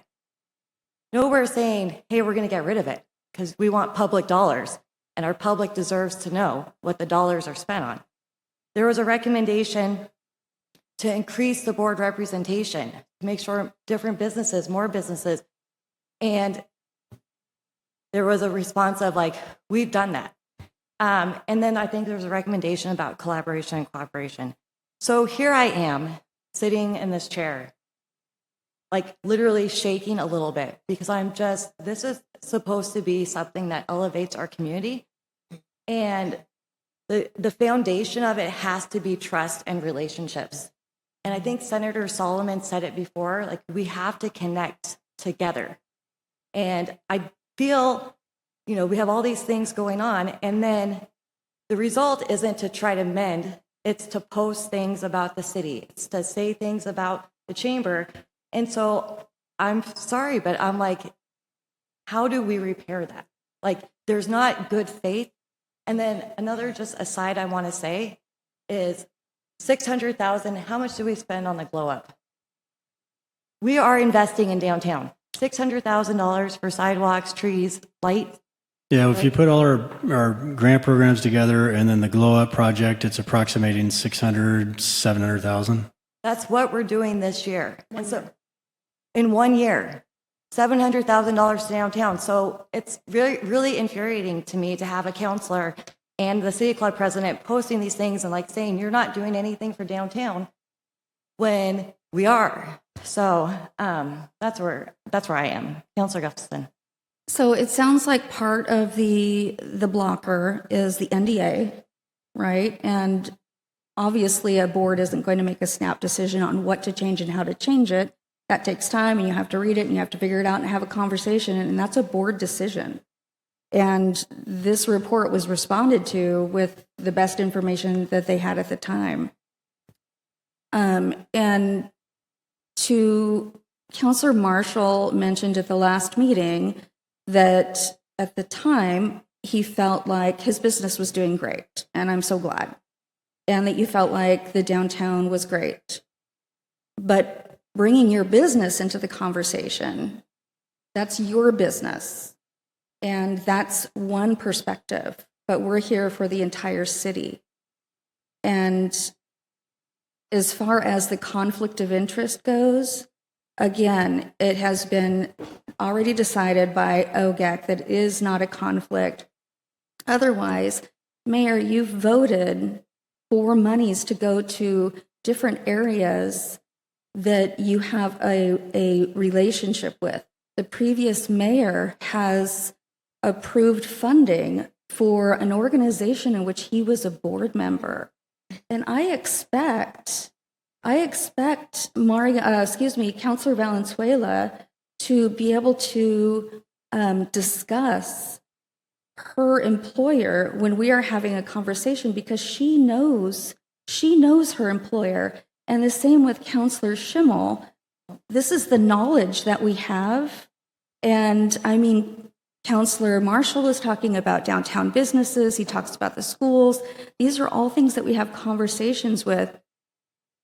My question, I guess maybe I'm asking a question to myself. I am a counselor, and I am here as a counselor, and I am speaking as a counselor. And that is always the way it is. The City Club has designated somebody else to do the connective speaking between council and city, which was approved and appreciated by the Main Street coordinator. So all of these things are happening. And when I talk about the chamber here on the dais, am I not supposed to say this was offered? Because now you're not going to know that those outreaches have been happening. So as a counselor, I have to be able to do this. As a counselor, I have to be able to reach out to my constituents and say, hey, this program needs advocacy because these things happened. This is free speech. This is talking to your residents to say, hey, this is going on. Do you want it? Do you want to help? And the back of the room is all people that want this Main Street program, and they're business owners and residents and volunteers. This is something that we have committed to that is going to work. Every dollar that is invested, if it is a Main Street program, $18 back in investment. That is only the Main Street program. The city's doing great, right? I love that we put money down to perform maintenance and throw in some more new electrical in the downtown. $1 is $18. There is no program that I have researched and read and talked to the Main Street program that has that kind of ROI. And there's going to be a decision made to not move forward with it or retract it or not support it because of some pinching points that we all need time to get through and that the city could help with and hasn't. These are all things that we could work on as a council together to try to encourage those partnerships. Throwing it away after a year and a half, I can't accept that. I think that's a terrible idea. Council President Valenzuela. Yes, Councilor Gustafson, I have not been employed by Centro Cultural in a long time. I left Centro Cultural, and when I have spoken on their behalf, it's because I know the work they do. I know the good work they do very well, but I was no longer employed. And nothing that we were discussing was going to benefit me in any way, not with another job, not with the payment or anything. I spoke, and maybe that was a perceived bias because I know the work they do and look at everything they have accomplished at the senior center. I think there was a misunderstanding. No, but you said that I spoke about my employer. No, I said I would expect you to speak about your employer. I would expect Counselor Schimmel to speak about So his I employer. misunderstood. Yeah. I expect misunderstood. all of us to take those experiences and knowledge of wherever we are, because you are going to be the best knowledge for whoever you're working for at the time. But and I can't remember what else you said, but I am not a director. I am on the board, like many people have been on the past that have been on council, and none of us get paid. There's nothing. So this again is one of us counselors using our knowledge and our experiences. And yeah, I have a lot, absolutely. But Counselor Marshall has a lot in some areas, and Counselor Martinez has a lot in some areas. All of us do. Yeah, and just one more point. Believe me, I wasn't planning on us staying here until 10 p.m. tonight. I was happy that we were actually going to go home at 9 p.m. tonight. Okay, but these things are important. Councillor Marshall did not speak about his business only, Councillor Gustafson. He was talking about the other business owners that he knows. So he didn't say, my business is doing great, so downtown is great. No, he mentioned the comments that I he mentioned has comments heard. of other people actually endorsing that, Yeah, endorsing the Main Street project. yeah, but you were not talking about your I'm saying business that specifically. I, as a business owner, I am doing fine. Yes. I also want to say that the only entity that's actually reached out to me to ask me what would do anything better is the City Club. Never heard from any other business, any other entities. That is just, as a business owner, putting that back into it, I've only been reached out to them by the City Club. City hasn't really reached out to me in regards to what I think would boost it. Chamber has not. None of these other organizations have reached out to me. The only one has been City Club. Just saying, I haven't actually corresponded much with any of them, but at the same time, they're the only one that's actually extended that invitation of what I would think would boost the economy downtown, or boost the businesses, or boost anything downtown. So, just throwing that out there. Okay. Councillor Falconer.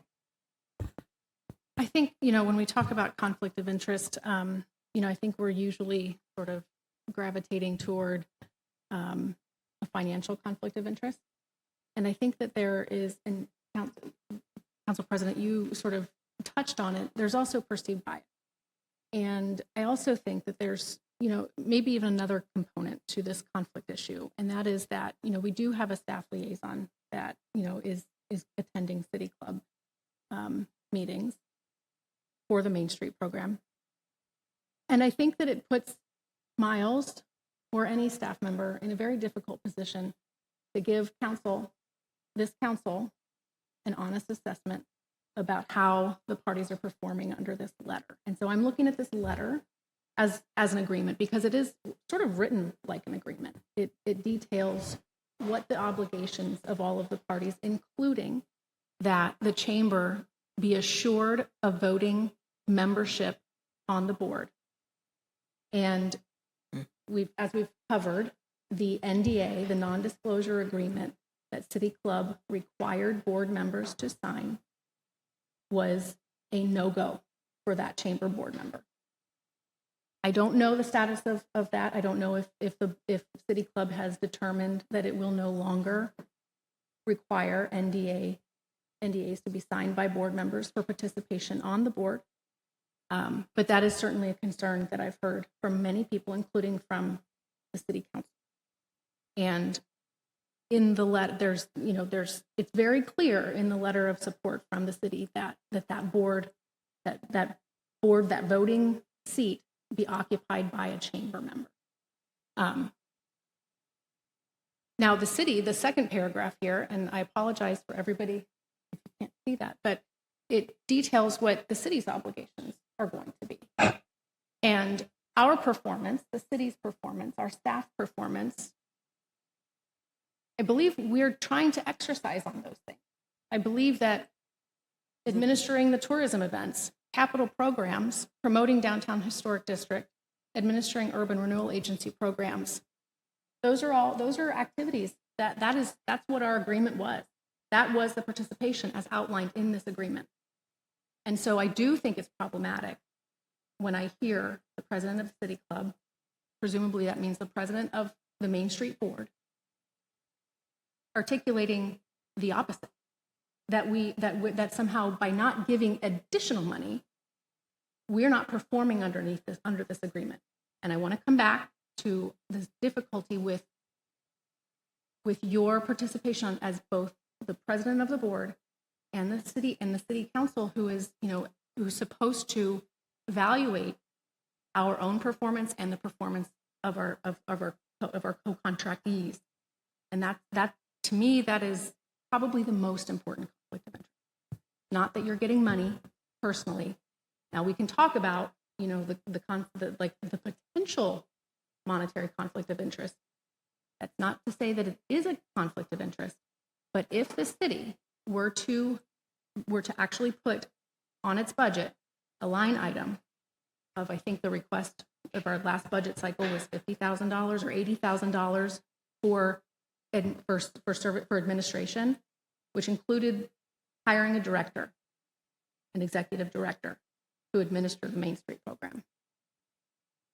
That is a perceived conflict of interest, because we don't know, because we aren't getting the communication. We're not members of the board. We don't know if it's anticipated that you would serve as the executive director of the Main Street program. And so we haven't gotten there yet, but if it goes down that road, that will be a potential conflict of interest that actually does become a real, actual conflict of interest. So I just want to make sure that when you tell us that this question has been answered, I want to know that I don't know that it's been answered, because this body has not actually asked our city attorney to weigh in on that. We have not asked, this city council has not asked OGEC for an opinion letter telling us and walking us through all of those potential conflicts, at which point there is, or there could be potentially in the future. And so I trust that you're getting the answers to your questions honestly, but this body hasn't had the answers to our question. Those are two different things. Sure. Can I make one yeah. comment first? Okay, thank you. We all know about the past and what's happened. You are in mediation. Someone is mediating between the two parties. Is that correct? Yes or no? Unfortunately, they did not accept it either time. So I've been told otherwise, that they have been being talked to. Okay, so what my recommendation also is no disparaging remarks. Leave the past in the past, because it doesn't help the present or the future. Okay? Agreed. So you need to really temper your language and really work to get the parties together. Okay? Councilor Gustafson. As far as OGEC, yeah, you can absolutely contact them and ask them that question. I also have an email that I'd be happy to forward to anyone. I just want to remind, I am not the board president right here. I am a city councilor, and I was elected. I would like that to really be understood, that I am using my knowledge to make these comments. When I'm looking at this, I see that the City Club will work with both parties on the Main Street initiatives towards the utilization of each entity's skill set and resources. So that is a commitment to the Main Street program. In addition, as I said before, for a year, the chamber has a spot. I mean, there is an open spot that just is vacant. And that is the chamber's position on the board. And if council or the city would like to, if council wants to ask the city, hey, the city staff, can you talk to the chamber and try to get that conversation going? I'm sure that would be great, but there is no mediation happening. There is still communication with the chamber. I've met with them, Jordan's met with them, I mean, those things are happening, and they'd be happy to collaborate, but just not as a partner, and that gives them the voting power. Counselor Schimmel, and then I think we're going to have to either see if there's a motion or not in the interest of time in our executive session. So the number one concern I hear repeatedly from the chamber and a number of downtown Main Street businesses is distrust. They distrust. You can't, as the leader of this endeavor, it's incumbent upon that leader to inspire, to cultivate relationship, and bring people to the table. And in 20 months, even if you're talking about a 3-year process, in 20 months, there should be absolute progress toward those relationships, and there should absolutely be trust. There is no trust. And I understand there's business owners here tonight. I've canvassed Main Street, Pacific for the past 6 to 8 months. There's a considerable amount of distrust and people abandoning that effort. So we have people are alienating from this effort, and my concern is if this thing keeps perpetuating and persisting, it's only going to compromise our efforts on the 2040 plan. It's going to stall our staff effort to really center on that and just continue to cause confusion. I wish it were different, and this really is less about the city club and centered on the leadership that has created that distrust. I don't want anyone to expect that having a conversation with chamber is going to get them to the table to a leadership that they distrust. We've got to pivot, and hence my motion, and it can happen at the next council meeting that there's a resolution, staff report, and more history to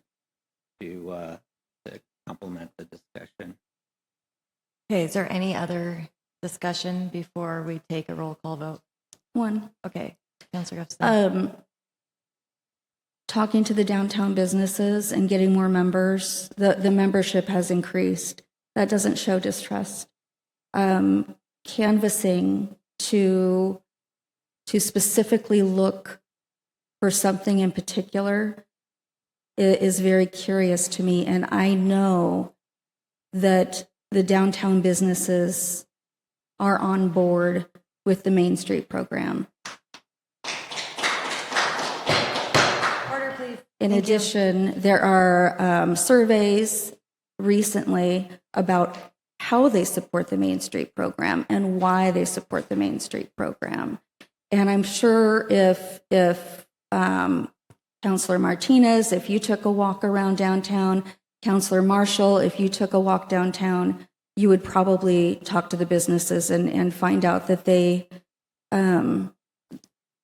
they've never talked to anybody on council, and they do support the Main Street program. And like Councilor Marshall said, the City Club is the only one that's reached out to him, and they do that with everybody, right? It's not just Councilor Marshall. So a lot of these things are reports that can be sent to council, are emails that can be sent to council, are minutes that can be sent to council instead of a he said, she said. But really, what Councilor Marshall said, what the surveys are saying, with the 300 plus surveys when we first had the Main Street program said, all of those things are in support of this program. Okay, thank you. Any other comments? So just to clarify, roll call vote, a yes vote adds a resolution on the agenda with a staff report about rescinding from moving forward, right? and a no vote keeps the resolution off next week or 2 weeks agenda. And I believe Councilor Schimmel's specific motion was not just to rescind it, but also to issue a letter to send to the Oregon Main Street programs stating that support has been removed. Stating that the city council is removing their support. Okay. Correct. Okay, so ready for roll call vote. What is the letter going to say? Well, we have to draft it, but No, it's going but I want to that's what we need to know. summary. What are the Just the message? ramifications of that? My understanding of Councilor Schimmel's comments is that the letter would state that the city council is rescinding their letter of support and requesting that Forest Grove be moved back to an affiliated community. Connected community. Meaning? Meaning we are eligible to apply for a state grant. City. Because the city council would become Yeah, we would Okay. become the connected. All right, I'm happy now. Now I got it. Again, the tools that are opened up for that are less than what they are at this level. Each level, you get more tools. That's not true. It is true, Counselor. I've got 2 grants through the city of Cornelius. I didn't say grants, I said other tools. All right. Okay, I think we're ready. Any other discussion or questions for staff? Okay, I think we're ready for a roll call vote. Councilor Schimmel? Yes. Councilor Falconer? No. Councilor Martinez? No. Councilor Marshall? No. Councilor Gustafson? No. Council President Valenzuela? Yes. Mayor Wenzel? Yes. The resolution fails in a vote of 4-3. Well, 4 noes, 3. Okay, I would take a motion to skip item G on the agenda tonight. Is there a motion for that? Second. All right. I need a motion first. I'll move to Okay, skip G. it's moved by Counselor Falconer to skip G and seconded by Counselor Marshall. All those in favor, please say aye. Aye. Aye. All those opposed?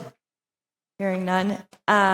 Okay, we're going to reconvene in the conference room at 9:25 for our executive session. Thank you.